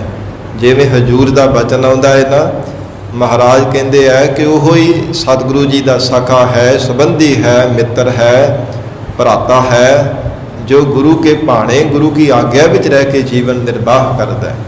ਜੋ ਸਤਿਗੁਰੂ ਜੀ ਦੇ ਬਚਨ ਨੂੰ ਸਤ ਕਰਕੇ ਮੰਨਦਾ ਹੈ, ਸੋ ਸਿੱਖ ਸਖਾ ਬੰਧਪ ਹੈ ਭਾਈ। ਜੇ ਗੁਰ ਕੇ ਭਾਣੇ ਵਿੱਚ ਆਵੈ, ਆਪਣੇ ਭਾਣੇ ਜੋ ਚੱਲੈ ਭਾਈ, ਵਿਛੜ ਚੋਟਾਂ ਖਾਵੈ। ਤੇ ਅਸੀਂ ਕਿੰਨੀ ਕੁ ਮਹਾਰਾਜ ਸੱਚੇ ਪਾਤਸ਼ਾਹ ਜੀ ਦੀ ਆਗਿਆ ਮੰਨਦੇ ਹਾਂ, ਕਿੰਨਾ ਕੁ ਗੁਰੂ ਦਾ ਉਪਦੇਸ਼ ਅਸੀਂ ਮੰਨ ਰਹੇ ਹਾਂ, ਸਾਨੂੰ ਪਤਾ ਹੈ। ਮਹਾਰਾਜ ਸੱਚੇ ਪਾਤਸ਼ਾਹ ਤਾਂ ਆਖ ਰਹੇ ਹੈ, ਸਾਬਤ ਸੂਰਤ ਦਸਤਾਰ ਸਿਰਾ, ਬਿਨਾ ਸ਼ਸਤਰ ਕੇ ਸੰਗ ਨਰੰਗ ਭੇਡ ਜਾਨੋ, ਗਾਹੈ ਕਾਨ ਤਾਕੈ ਕਿਤੈ ਲੈ ਸਿਧਾਨੋ। ਮਹਾਰਾਜ ਕਹਿੰਦੇ ਆ ਨਾ, ਇਹ ਮੋਰ ਆਗਿਆ ਸੁਨੋ ਹੋਰੇ ਪਿਆਰੇ, ਬਿਨਾ ਸ਼ਸਤਰ ਕੇ ਸੰਗ ਨਾ ਦੇਵੋਂ ਦੇਦਾਰੇ। ਇਹ ਗੁਰੂ ਕੀ ਆਗਿਆ ਹੈ ਕਿ ਬਿਨਾ ਸ਼ਸਤਰ ਤੇ ਕੇਸਾਂ ਤੋਂ ਅਸੀਂ ਦੀਦਾਰ ਨਹੀਂ ਦੇ ਸਕਦੇ। ਇਹ ਸਿੱਖਾ ਸਾਡੇ ਦਰਸ਼ਨ ਨਹੀਂ ਹੋ ਸਕਦੇ ਜੇ ਸ਼ਸਤਰ ਤੇ ਕੇਸਾਂ ਤੋਂ ਬਿਨਾ ਆਵੇ। ਇਹ ਗੁਰੂ ਕੀ ਆਗਿਆ, ਗੁਰੂ ਕਲਗੀਧਰ ਪਿਤਾ ਮਹਾਰਾਜ ਸੱਚੇ ਪਾਤਸ਼ਾਹ ਜੀ ਦੀ ਆਗਿਆ ਪਈ। ਅਕਾਲ ਕੀ ਤਬੈ ਚਲਾਇਓ ਪੰਥ, ਸਭ ਸਿੱਖਣ ਕੋ ਹੁਕਮ ਹੈ, ਗੁਰੂ ਮਾਨਿਓ ਗ੍ਰੰਥ। ਅਸੀਂ ਕਿੰਨੀ ਕੁ ਆਗਿਆ ਮੰਨ ਰਹੇ ਹਾਂ, ਇਹ ਸਾਨੂੰ ਪਤਾ ਹੈ। ਕਹਿਣਾ ਗੁਰੂ ਕੇ ਸਿੱਖ ਹੈ ਕਿ ਗੁਰੂ ਨਾਨਕ ਪਾਤਸ਼ਾਹ ਦੇ ਘਰ ਦੇ ਸਿੱਖ ਹਾਂ। ਸਾਧ ਸੰਗਤ ਖਿਮਾ ਕਰਨਾ, ਦਰ ਆਪਾਂ ਕੋਈ ਵੀ ਨਹੀਂ ਛੱਡਦੇ। ਜਿੱਥੋਂ ਕਿਤੇ ਪਤਾ ਲੱਗਦਾ ਉੱਥੇ ਪੁੱਜ ਕੇ ਜਾਂਦੇ। ਘਰ-ਬਾਰ ਭਾਵੇਂ ਉੱਜੜ ਜਾਵੇ, ਪਰ ਪਖੰਡ ਪਾਦ ਕਰਨ ਵਾਲਿਆਂ ਦੇ ਜ਼ਰੂਰ ਉੱਥੇ ਪੁੱਜ ਕਰਕੇ ਜਾਂਦੇ ਆ, ਪਰ ਗੁਰੂ ਕੀ ਆਗਿਆ ਨਹੀਂ ਹੈ। ਇਹ ਸਤਿਗੁਰੂ ਜੀ ਦਾ ਸਿਧਾਂਤ ਨਹੀਂ ਹੈ। ਸਤਿਗੁਰਾਂ ਨੇ ਸਾਨੂੰ ਸ਼ਬਦ ਦੇ ਲੜ ਲਗਾਇਆ ਹੈ। ਇਸ ਪ੍ਰਕਾਰ ਸਤਿਗੁਰੂ ਨਾਨਕ ਦੇਵ ਸਾਹਿਬ ਮਹਾਰਾਜ ਸੱਚੇ ਪਾਤਸ਼ਾਹ ਕਹਿੰਦੇ, ਸਤਿਗੁਰ ਸੇਵੇ ਆਪਣਾ ਹਉ ਸਦ ਕੁਰਬਾਨੈ ਦਾਸ। ਉਹਨਾਂ ਤੋਂ ਸਦਾ ਹੀ ਮਹਾਰਾਜ ਕਹਿੰਦੇ ਸੀ ਕੁਰਬਾਨ ਜਾਂਦੇ ਆ, ਜੋ ਪੂਰੇ ਸਤਿਗੁਰੂ ਜੀ ਦਾ ਬਚਨ ਮੰਨਣ ਰੂਪ ਸੇਵਾ ਕਰਦੇ ਆ। ਕਿਉਂਕਿ ਇੱਕ ਬਚਨ ਮੰਨਣਾ ਹੀ ਤਾਂ ਔਖਾ ਹੈ, ਗੁਰੂ ਚਰਨਾਂ ਦੀ ਸੇਵਾ ਕਰਨੀ ਹੀ ਤਾਂ ਔਖੀ ਹੈ। ਉਹ ਗੁਰਮੁਖ ਪਿਆਰੇ ਧਨ ਹਨ ਜੋ ਗੁਰੂ ਕੇ ਬਚਨਾਂ ਨੂੰ ਸਿਰ ਮੱਥੇ ਮੰਨਦੇ ਆ। ਖੜ ਦਰਕ ਹੈ ਪਹਿਨਾਈ ਹੈ। ਖੜ ਇਹ ਸਾਧ ਸੰਗਤ ਜੀ ਮਾਝੇ ਦੇ ਇਲਾਕੇ ਦੀ ਬੋਲੀ ਹੈ। ਖੜ ਖੜ ਕਿਹਾ ਜਾਂਦਾ ਲਿਜਾਉਣਾ। ਜਿਵੇਂ ਕਹਿੰਦਾ ਨੇ ਕਿ ਮੈਂ ਤੈਨੂੰ ਨਾਲ ਖੜਾਂਗਾ, ਮੈਂ ਤੈਨੂੰ ਉੱਥੇ ਖੜਨਾ ਸੀ। ਇਹ ਮਾਝੇ ਦੇ ਇਲਾਕੇ ਦੀ ਬੋਲੀ ਹੈ ਖੜ। ਮਹਾਰਾਜ ਕਹਿੰਦੇ ਖੜ ਦਰਗਾਹ ਪਹਿਨਾਈ ਹੈ। ਐਸੇ ਗੁਰਮੁਖਾਂ ਨੂੰ ਪਰਮੇਸ਼ਰ ਦੀ ਦਰਗਾਹ ਦੇ ਵਿੱਚ ਲਿਜਾ ਕੇ ਉੱਥੇ ਜਸ ਰੂਪੀ ਪੈਸ਼ਾਕ ਉਹਨਾਂ ਨੂੰ ਪਹਿਨਾਈ ਦੀ ਹੈ। ਮੁਖ ਹਰਿ ਨਾਮ ਨਿਵਾਸ। ਜਿਨ੍ਹਾਂ ਦੇ ਮੁਖ ਵਿੱਚ ਪਰਮੇਸ਼ਰ ਦੇ ਨਾਮ ਦਾ ਨਿਵਾਸ ਹੈ, ਸਦਾ ਹੀ ਪਰਮੇਸ਼ਰ ਦੇ ਨਾਮ ਜਪਦੇ ਆ, ਵਾਹਿਗੁਰੂ ਵਾਹਿਗੁਰੂ ਵਾਹਿਗੁਰੂ। ਨਾਮ ਤੋਂ ਬਿਨਾਂ ਕੋਈ ਦੂਜੀ ਗੱਲ ਹੀ ਨਹੀਂ ਕਰਦੇ। ਕਿਸੇ ਦੀ ਦੁਬਿਧਾ ਜਾਂ ਕਿਸੇ ਦੀ ਨਿੰਦਿਆ ਚੁਗਲੀ ਕੋਈ ਨਹੀਂ ਉਹਨਾਂ ਨੂੰ ਚੰਗੀ ਲੱਗਦੀ। ਕੋਈ ਕਰੇ ਤੇ ਕੰਨ ਵੱਟ ਕੇ ਪਿੱਛੇ ਹੋ ਜਾਂਦੇ ਆ, ਨਾ ਭਲਿਆ ਨਿੰਦਿਆ ਨਾ ਕਿਸੇ ਲਾਗੇ ਸਾਡੀ ਕਿਸੇ ਦੀ ਕਰੇ। ਇਸ ਪ੍ਰਕਾਰ ਉਹ ਸੁਚੇਤ ਹੋ ਕਰਕੇ ਗੁਰਮੁਖ ਰਹਿੰਦੇ ਆ। ਮੁਖ ਤੋਂ ਵੀ ਹਰ ਸਮੇਂ ਵਾਹਿਗੁਰੂ ਵਾਹਿਗੁਰੂ ਉਚਾਰਦੇ ਆ। ਹਿਰਦੇ ਅੰਦਰ ਵੀ ਪਰਮੇਸ਼ਰ ਦੀ ਯਾਦ ਹੈ। ਐਸੇ ਮਹਾਰਾਜ ਹਜੂਰ ਕਹਿੰਦੇ ਐਸੇ ਗੁਰਮੁਖਾਂ ਨੂੰ ਪਰਮੇਸ਼ਰ ਦੀ ਸੱਚੀ ਦਰਗਾਹ ਵਿੱਚ ਲਿਜਾ ਕੇ ਉੱਥੇ ਜਸ ਰੂਪੀ ਪੈਸ਼ਾਕ ਪਹਿਨਾਈ ਜਾਂਦੀ ਹੈ। ਜਹ ਦੇਖਾ ਤਹ ਰਵ ਰਹੇ। हे ਪਰਮਾਤਮਾ, ਜਿੱਥੇ ਵੀ ਆਪ ਜੀ ਨੂੰ ਦੇਖਦੇ ਉੱਥੇ ਹੀ ਆਪ ਜੀ ਦਾ ਸਰੂਪ ਰਮਿਆ ਹੋਇਆ ਹੀ ਦਿਸਦਾ ਹੈ। ਸ਼ਿਵ ਸ਼ਕਤੀ ਕਾ ਮੇਲ। ਔਰ ਸੰਸਾਰ ਦੇ ਨਿਰਬੁੱਧ ਜੀਵਾਂ ਦੀ ਅਜਿਹੀ ਹਾਲਤ ਹੈ, ਕੋਈ ਸ਼ਿਵ ਜੀ ਦੀ ਆਰਾਧਨਾ ਕਰਦਾ ਹੈ, ਸ਼ਕਤੀ ਕੋਈ ਦੇਵੀਆਂ ਦੀ ਆਰਾਧਨਾ ਕਰੀ ਜਾਂਦਾ ਹੈ। ਮੇਲ ਨਾਮ ਹੈ ਜੁੜਨ ਦਾ। ਕੋਈ ਦੇਵਿਆਂ ਦੇ ਆਪਣੀ ਸੁਰਤ ਨੂੰ ਜੋੜ ਕਰਕੇ ਰੱਖਦਾ ਹੈ। ਜਿਵੇਂ ਹਜੂਰ ਦੇ ਬਚਨ ਆਉਂਦੇ ਹਨ, ਸ਼ਿਵ ਸ਼ਿਵ ਕਰਤੇ ਜੋ ਨਰ ਧਿਆਵੈ, ਬਰਦ ਚਰੇ ਡਉਰੂ ਢਮਕਾਵੈ। ਕੋਈ ਸ਼ਿਵ ਜੀ ਕਰਕੇ ਆਰਾਧਨਾ ਕਰਦਾ ਜੀ, ਭੋਲੇਨਾਥ ਪ੍ਰਸੰਨ ਬੜੀ ਛੇਤੀ ਹੋ ਜਾਂਦੇ ਹੈ। ਕੋਈ ਸਰਸਵਤੀ ਵਿਦਿਆ ਦੀ ਦੇਵੀ ਦੀ ਆਰਾਧਨਾ ਕਰੀ ਜਾਂਦਾ ਹੈ। ਪਰ ਮਹਾਰਾਜ ਕਹਿੰਦੇ ਐਸਾ ਅਡੰਬਰ ਜਗਤ ਦਾ ਹੈ। ਉਹ ਨਿਰੰਕਾਰ ਜੋ ਪਰਮੇਸ਼ਰ ਹੈ ਨਾ, ਮਹਾਦੇਵ ਕੋ ਕਹਿਤ ਸਦਾ ਸੇਵ, ਨਿਰੰਕਾਰ ਕਾ ਚੀਨਤ ਨਹਿ ਭੇਵ। ਪਰਮਾਤਮਾ ਦੇ ਸਰੂਪ ਨੂੰ ਜਾਣਦੇ ਨਹੀਂ ਹੈ, ਐਸੇ ਅਗਿਆਨੀ ਜੀਵ ਹਨ। ਦੇਹ ਗੁਣ ਬੰਦੀ ਦੇਹੋਰੀ। ਪਰਮਾਤਮਾ ਨੇ ਐਸੀ ਸੰਸਾਰ ਦੇ ਅੰਦਰ ਤਿੰਨਾਂ ਗੁਣਾਂ ਰੂਪ ਇਹ ਸਾਧ ਸੰਗਤ ਜੀ ਬੰਨੀ ਹੋਈ ਹੈ। ਤਿੰਨਾਂ ਗੁਣਾਂ ਵਿੱਚ ਹੀ ਸਾਰੀ ਸ੍ਰਿਸ਼ਟੀ ਬੰਨ ਕਰਕੇ ਰੱਖੀ ਹੈ। ਰਾਜੋ ਗੁਣ, ਤਾਮੋ ਗੁਣ ਤੇ ਸਤੋ ਗੁਣ। ਮਹਾਰਾਜ ਸਤਿਗੁਰੂ ਜੀ ਫਰਮਾਉਂਦੇ, ਤ੍ਰਿਹੁ ਗੁਣ ਬੰਦੀ ਦੇਹੋਰੀ। ਦੇਹੋਰੀ ਨਾਮ ਦੇਹੀ ਦਾ ਸਰੀਰ ਦਾ ਹੈ। ਇਹ ਕਾਇਆ ਇਹ ਦੇਹਰੀ ਵੀ ਤਿੰਨਾਂ ਗੁਣਾਂ ਦੇ ਵਿੱਚ ਹੀ ਬੱਝੀ ਹੈ। ਕਦੇ ਜੀਵ ਰਾਜੋ ਗੁਣੀ ਬਣ ਜਾਂਦਾ, ਕਦੇ ਤਾਮੋ ਗੁਣੀ, ਕਦੇ ਸਤੋ ਗੁਣੀ। ਸਤੋ ਗੁਣੀ ਹੋਵੇ ਤੇ ਫਿਰ ਸਤ ਸੰਗਤ ਕਰਦਾ, ਨਾਮ ਜਪਣਾ ਚੰਗਾ ਲੱਗਦਾ। ਔਰ ਇਸ ਪ੍ਰਕਾਰ ਕ੍ਰੋਧੀ ਹੋਵੇ ਤੇ ਤਾਮੋ ਗੁਣੀ ਬਣ ਜਾਂਦਾ ਹੈ, ਲੋਭੀ ਹੋਵੇ ਤੇ ਰਜੋ ਗੁਣੀ ਬਣ ਜਾਂਦਾ ਹੈ। ਇਹ ਸਾਧ ਸੰਗਤ ਜੀ ਜੀਵਾਂ ਦੇ ਲੱਛਣ ਹਨ। ਜੋ ਆਇਆ ਜਗ ਸੋ ਖੇਲ। ਪਰਮਾਤਮਾ ਨੇ ਐਸੀ ਖੇਡ ਬਣਾਈ ਹੈ ਜਗਤ ਦੀ, ਜੋ ਆਇਆ ਜੋ ਵੀ ਜਗਤ ਅੰਦਰ ਆਇਆ ਹੈ ਕਰਮਾਂ ਅਨੁਸਾਰ ਉਹ ਖੇਡਾਂ ਵਿੱਚ ਲੱਗਾ, ਆਪੋ ਆਪਣੀ ਕਰਮਾਂ ਰੂਪ ਖੇਡਾਂ ਵਿੱਚ ਖੇਡਦਾ ਪਿਆ ਹੈ। ਇਸ ਪ੍ਰਕਾਰ ਕੋਈ ਵਿਰਲੇ ਹੀ ਹਨ ਜਿਨ੍ਹਾਂ ਨੇ ਚੌਥੇ ਪਦ ਕੋ ਜੋ ਨਰ ਚੀਨੈ, ਤਿੰਨ ਹੀ ਪਰਮ ਪਦ ਪਾਇਆ। ਨਹੀਂ ਤਾਂ ਮਹਾਰਾਜ ਕਹਿੰਦੇ ਆ, ਜੋ ਆਇਆ ਜਗ ਸੋ ਖੇਲ। ਜਿਹੜਾ ਜੀਵ ਜਗਤ ਅੰਦਰ ਜਨਮ ਧਾਰਨ ਕਰਕੇ ਆਇਆ ਉਹ ਤਿੰਨਾਂ ਗੁਣਾਂ ਦੀ ਖੇਡ ਦੇ ਵਿੱਚ ਹੀ ਖੇਡੀ ਜਾ ਰਿਹਾ ਹੈ। ਉਹ ਸੰਸਾਰ ਦੀ ਐਸੀ ਬਣਾਈ ਹੋਈ ਪਰਮੇਸ਼ਰ ਦੀ ਖੇਡ ਵਿੱਚ ਰੰਗਾਂ ਰੰਗਾਂ ਦੀਆਂ ਖੇਡਾਂ ਵਿੱਚ ਹੀ ਖੇਡੀ ਜਾ ਰਿਹਾ ਹੈ। ਜੋਗੀ ਦੁੱਖ ਵਿਛੋੜੇ। ਜਿਹੜੇ ਪਰਮਾਤਮਾ ਤੋਂ ਵਿਛੜ ਗਏ ਹੈ ਨਾ, ਉਹ ਜੰਮਣ ਮਰਨ ਦੇ ਦੁੱਖ ਕਰਕੇ ਵਿਛੜ ਕਰਕੇ ਬਾਰ-ਬਾਰ ਦੁਖੀ ਹੋ ਰਹੇ ਹਨ। ਮਨ ਮੁਖ ਲਹਿ ਨਾ ਮੇਲ। ਜਿਨ੍ਹਾਂ ਨੇ ਮਨ ਨੂੰ ਮੁਖੀ ਬਣਾਇਆ ਉਹ ਪਰਮਾਤਮਾ ਦਾ ਮੇਲ ਨਹੀਂ ਕਦੇ ਲੈ ਸਕਦੇ। ਪਰਮੇਸ਼ਰ ਦੇ ਨਾਲ ਮਿਲਣਾ ਨਹੀਂ ਕਦੇ ਉਹਨਾਂ ਨੂੰ ਪ੍ਰਾਪਤ ਹੁੰਦਾ। ਵਿਜੋਗੀ ਜਿਹੜੇ ਵਿਜੋਗ ਵਿਛੋੜਾ ਪਾਉਣ ਵਾਲੇ, ਜਿਨ੍ਹਾਂ ਨੇ ਵਿਕਾਰਾਂ ਦਾ ਸੰਗ ਕੀਤਾ ਹੈ, ਉਹ ਕਦੇ ਪਰਮੇਸ਼ਰ ਦਾ ਮੇਲ ਨਹੀਂ ਪਾ ਸਕਦੇ। ਮਨ ਬੈਰਾਗੀ ਘਰ ਵਸੈ। ਮਹਾਰਾਜ ਸੱਚੇ ਪਾਤਸ਼ਾਹ ਕਹਿੰਦੇ, ਜਿਨ੍ਹਾਂ ਦਾ ਮਨ ਸੰਸਾਰ ਤੋਂ ਵੈਰਾਗਵਾਨ ਹੋ ਜਾਂਦਾ ਹੈ, ਸਭ ਕੁਝ ਕੋਲ ਦੁਨੀਆ ਦੇ ਧਨ ਦੌਲਤ ਸੁਖ ਆਰਾਮ ਹੁੰਦਿਆਂ ਹੋਇਆਂ ਵੀ ਜਿਨ੍ਹਾਂ ਦਾ ਮਨ ਉਪਰਾਮ ਰਹਿੰਦਾ ਹੈ, ਕਦੇ ਚਿੱਤ ਜਿਹੜਾ ਉਹਨਾਂ ਦਾ ਲੁਪਾਏ ਮਨ ਨਹੀਂ ਹੁੰਦਾ, ਉਹ ਆਪਣੇ ਸਰੂਪ ਰੂਪੀ ਘਰ ਦੇ ਵਿੱਚ ਚਲੇ ਜਾਂਦੇ ਹੈ। ਜਿਵੇਂ ਪ੍ਰਤੱਖ ਬਹੁਤ ਸਾਰੇ ਧਨ ਪਦਾਰਥ ਵੀ ਹੋਣ, ਪਰ ਮਨ ਫਿਰ ਵੀ ਉਹਨਾਂ ਤੋਂ ਉਪਰਾਮ ਹੀ ਰਹੇ। ਮਨ ਕਰਕੇ ਉਹ ਕਦੇ ਵੀ ਉਹਨਾਂ ਪਦਾਰਥਾਂ ਰੂਪੀ ਪਾਣੀ ਵਿੱਚ ਭਿੱਜਣ ਨਾ, ਮਨ ਕਰਕੇ ਉਹਨਾਂ ਵਿੱਚ ਚਲਾਇਮਾਨ ਨਾ ਹੋਣ। ਐਸੇ ਗੁਰਮੁਖ ਹਨ। ਹਜੂਰ ਕਹਿੰਦੇ ਮਨ ਬੈਰਾਗੀ ਘਰ ਵਸੈ। ਉਹ ਸਤ ਸੰਗਤ ਰੂਪੀ ਘਰ ਦੇ ਵਿੱਚ ਆ ਕਰਕੇ ਨਿਵਾਸ ਕਰਦੇ ਹੈ। ਮਨ ਬੈਰਾਗੀ, ਜਿਨ੍ਹਾਂ ਦਾ ਮਨ ਸੰਸਾਰ ਦੇ ਵੱਲੋਂ ਬੈਰਾਗੀ ਹੋ ਗਿਆ ਹੈ, ਉਹ ਗੁਰਮੁਖ ਪਿਆਰੇ ਐਸੇ ਹੈ, ਉਹ ਆਪਣੇ ਸਰੂਪ ਰੂਪੀ ਘਰ ਦੇ ਵਿੱਚ ਨਿਵਾਸ ਕਰ ਲੈਂਦੇ ਹਨ। ਸੱਚ ਭੈ ਰਾਤਾ ਹੋਏ। ਉਹ ਪਰਮਾਤਮਾ ਦਾ ਭੈ ਆਪਣੇ ਹਿਰਦੇ ਅੰਦਰ ਧਾਰਨ ਕਰਕੇ ਰੱਖਦੇ ਹੈ, ਤਾਂ ਹੀ ਉਹਨਾਂ ਗੁਰਮੁਖਾਂ ਨੂੰ ਐਸੀ ਦਾਤ ਪ੍ਰਾਪਤ ਹੁੰਦੀ ਹੈ। ਸਾਧ ਸੰਗਤ ਜੀ, ਜੇ ਪਰਮੇਸ਼ਰ ਦਾ ਭੈ ਹੋਵੇ ਤਾਂ ਹੀ ਪ੍ਰੇਮ ਪੈਦਾ ਹੁੰਦਾ ਹੈ। ਹਜੂਰ ਦਾ ਬਚਨ ਆਉਂਦਾ ਹੈ ਨਾ, ਜਿਨ ਮਨ ਭਾਓ ਤਿਨਾ ਮਨ ਭਾਓ। ਪਿਆਰ ਕਿਹਨਾਂ ਦਾ ਲੱਗਾ? ਪਰਮੇਸ਼ਰ ਦੇ ਚਰਨਾਂ ਨਾਲ। ਰੱਤਾ ਰੱਤੇ ਤਦਾਕਾਰ ਏਕਮੇ ਕੌਣ ਹੋਏ ਹੈ? ਜਿਨ੍ਹਾਂ ਨੇ ਵਾਹਿਗੁਰੂ ਦਾ ਭੈ ਆਪਣੇ ਹਿਰਦੇ ਅੰਦਰ ਧਾਰਨ ਕੀਤਾ ਹੈ। ਪਰਮੇਸ਼ਰ ਦੇ ਭੈ ਵਿੱਚ ਰਹਿ ਕੇ ਉਹ ਕਦੇ ਕੋਈ ਮੰਦਾ ਕਰਮ ਨਹੀਂ ਕਰਦੇ, ਔਗੁਣਾ ਭਰਿਆ ਕਰਮ ਨਹੀਂ ਕਰਦੇ। ਪਰਮੇਸ਼ਰ ਦਾ ਭੈ ਆਪਣੇ ਹਿਰਦੇ ਅੰਦਰ ਸਦਾ ਹੀ ਧਾਰਨ ਕਰਕੇ ਰੱਖਦੇ ਹਨ। ਗਿਆਨ ਮਹਾਰਸ ਭੋਗਵੈ। ਹਜੂਰ ਸਮਾਪਤੀ ਦੀਆਂ ਪੰਕਤੀਆਂ ਵਿੱਚ ਫਰਮਾਨ ਕਰ ਰਹੇ ਹੈ, ਜਿਨ੍ਹਾਂ ਨੇ ਸਤਿਗੁਰੂ ਜੀ ਤੋਂ ਗਿਆਨ ਦੀ ਪ੍ਰਾਪਤੀ ਕੀਤੀ ਹੈ, ਉਹ ਪਰਮੇਸ਼ਰ ਦੇ ਨਾਮ ਰੂਪ ਪਰਮ ਰਸ ਨੂੰ ਭੋਗਦੇ ਹੈ, ਬ੍ਰਹਮਾਨੰਦ ਰੂਪੀ ਰਸ ਨੂੰ ਹਰ ਸਮੇਂ ਮਾਣਦੇ ਹਨ। ਬਾਹੁੜ ਭੂਖ ਨਾ ਹੋਏ। ਜਿਸ ਕਰਕੇ ਦੁਬਾਰਾ ਸੰਸਾਰ ਦੇ ਰੰਗਾਂ ਰੰਗਾਂ ਦੇ ਮਾਇਕੀ ਪਦਾਰਥਾਂ ਦੀ ਭੁੱਖ ਨਹੀਂ ਉਹਨਾਂ ਨੂੰ ਕਦੇ ਵੀ ਸਤਾਵੰਦੀ, ਜੋ ਇੱਕ ਵਾਰ ਬ੍ਰਹਮਾਨੰਦ ਰੂਪੀ ਰਸ ਨੂੰ ਪਾ ਲੈਂਦੇ ਆ। ਜਿਵੇਂ ਸਤਿਗੁਰੂ ਜੀ ਨੇ ਬਚਨ ਕੀਤਾ, ਇਹ ਰਸਨਾ ਤੂੰ ਅੰਨ ਰਸ ਰਾਜ ਰਹੀ, ਤੇਰੀ ਪਿਆਸ ਨਾ ਜਾਏ। ਪਿਆਸ ਨਾ ਜਾਏ ਹੋਰਤ ਕਿਤੈ, ਜਿਚਰ ਹਰ ਰਸ ਪੱਲੇ ਨਾ ਪਾਏ। ਹੇ ਮੇਰੀ ਜਿਹਬਾ, ਇਹ ਰਸਨਾ ਉਨੀ ਦੇਰ ਤੱਕ ਤੂੰ ਤ੍ਰਿਪਤ ਨਹੀਂ ਹੋਵੇਂਗੀ, ਭਾਵੇਂ ਦੁਨੀਆ ਭਰ ਦੇ ਸਵਾਦਿਸ਼ਟ ਪਦਾਰਥ ਛਕ ਛਕ ਕੇ ਦੇਖ ਲੈ, ਜਿੰਨੀ ਦੇਰ ਤੱਕ ਪਰਮਾਤਮਾ ਦੇ ਪਰਮ ਰਸ ਨੂੰ ਨਹੀਂ ਚਖਣਾ ਕਰਦੀ, ਉਨੀ ਦੇਰ ਤੱਕ ਤ੍ਰਿਪਤੀ ਨਹੀਂ ਹੋਵੇਗੀ। ਔਰ ਇਉਂ ਹੀ ਮਹਾਰਾਜ ਸੱਚੇ ਪਾਤਸ਼ਾਹ ਹਜੂਰ ਫਰਮਾਨ ਕਰਦੇ ਆ, ਬਾਹੁੜ ਭੂਖ ਨਾ ਹੋਏ। ਜਿਨ੍ਹਾਂ ਗੁਰਮੁਖਾਂ ਨੇ ਪਰਮਾਤਮਾ ਦੇ ਆਤਮਿਕ ਰਸ ਨੂੰ, ਬ੍ਰਹਮਾਨੰਦ ਰਸ ਨੂੰ ਚਖ ਲਿਆ ਹੈ, ਉਹਨਾਂ ਨੂੰ ਫਿਰ ਦੁਨੀਆ ਦੇ ਪਦਾਰਥਾਂ ਦੀ ਭੁੱਖ ਨਹੀਂ ਸਤਾਉਣਾ ਕਰਦੀ।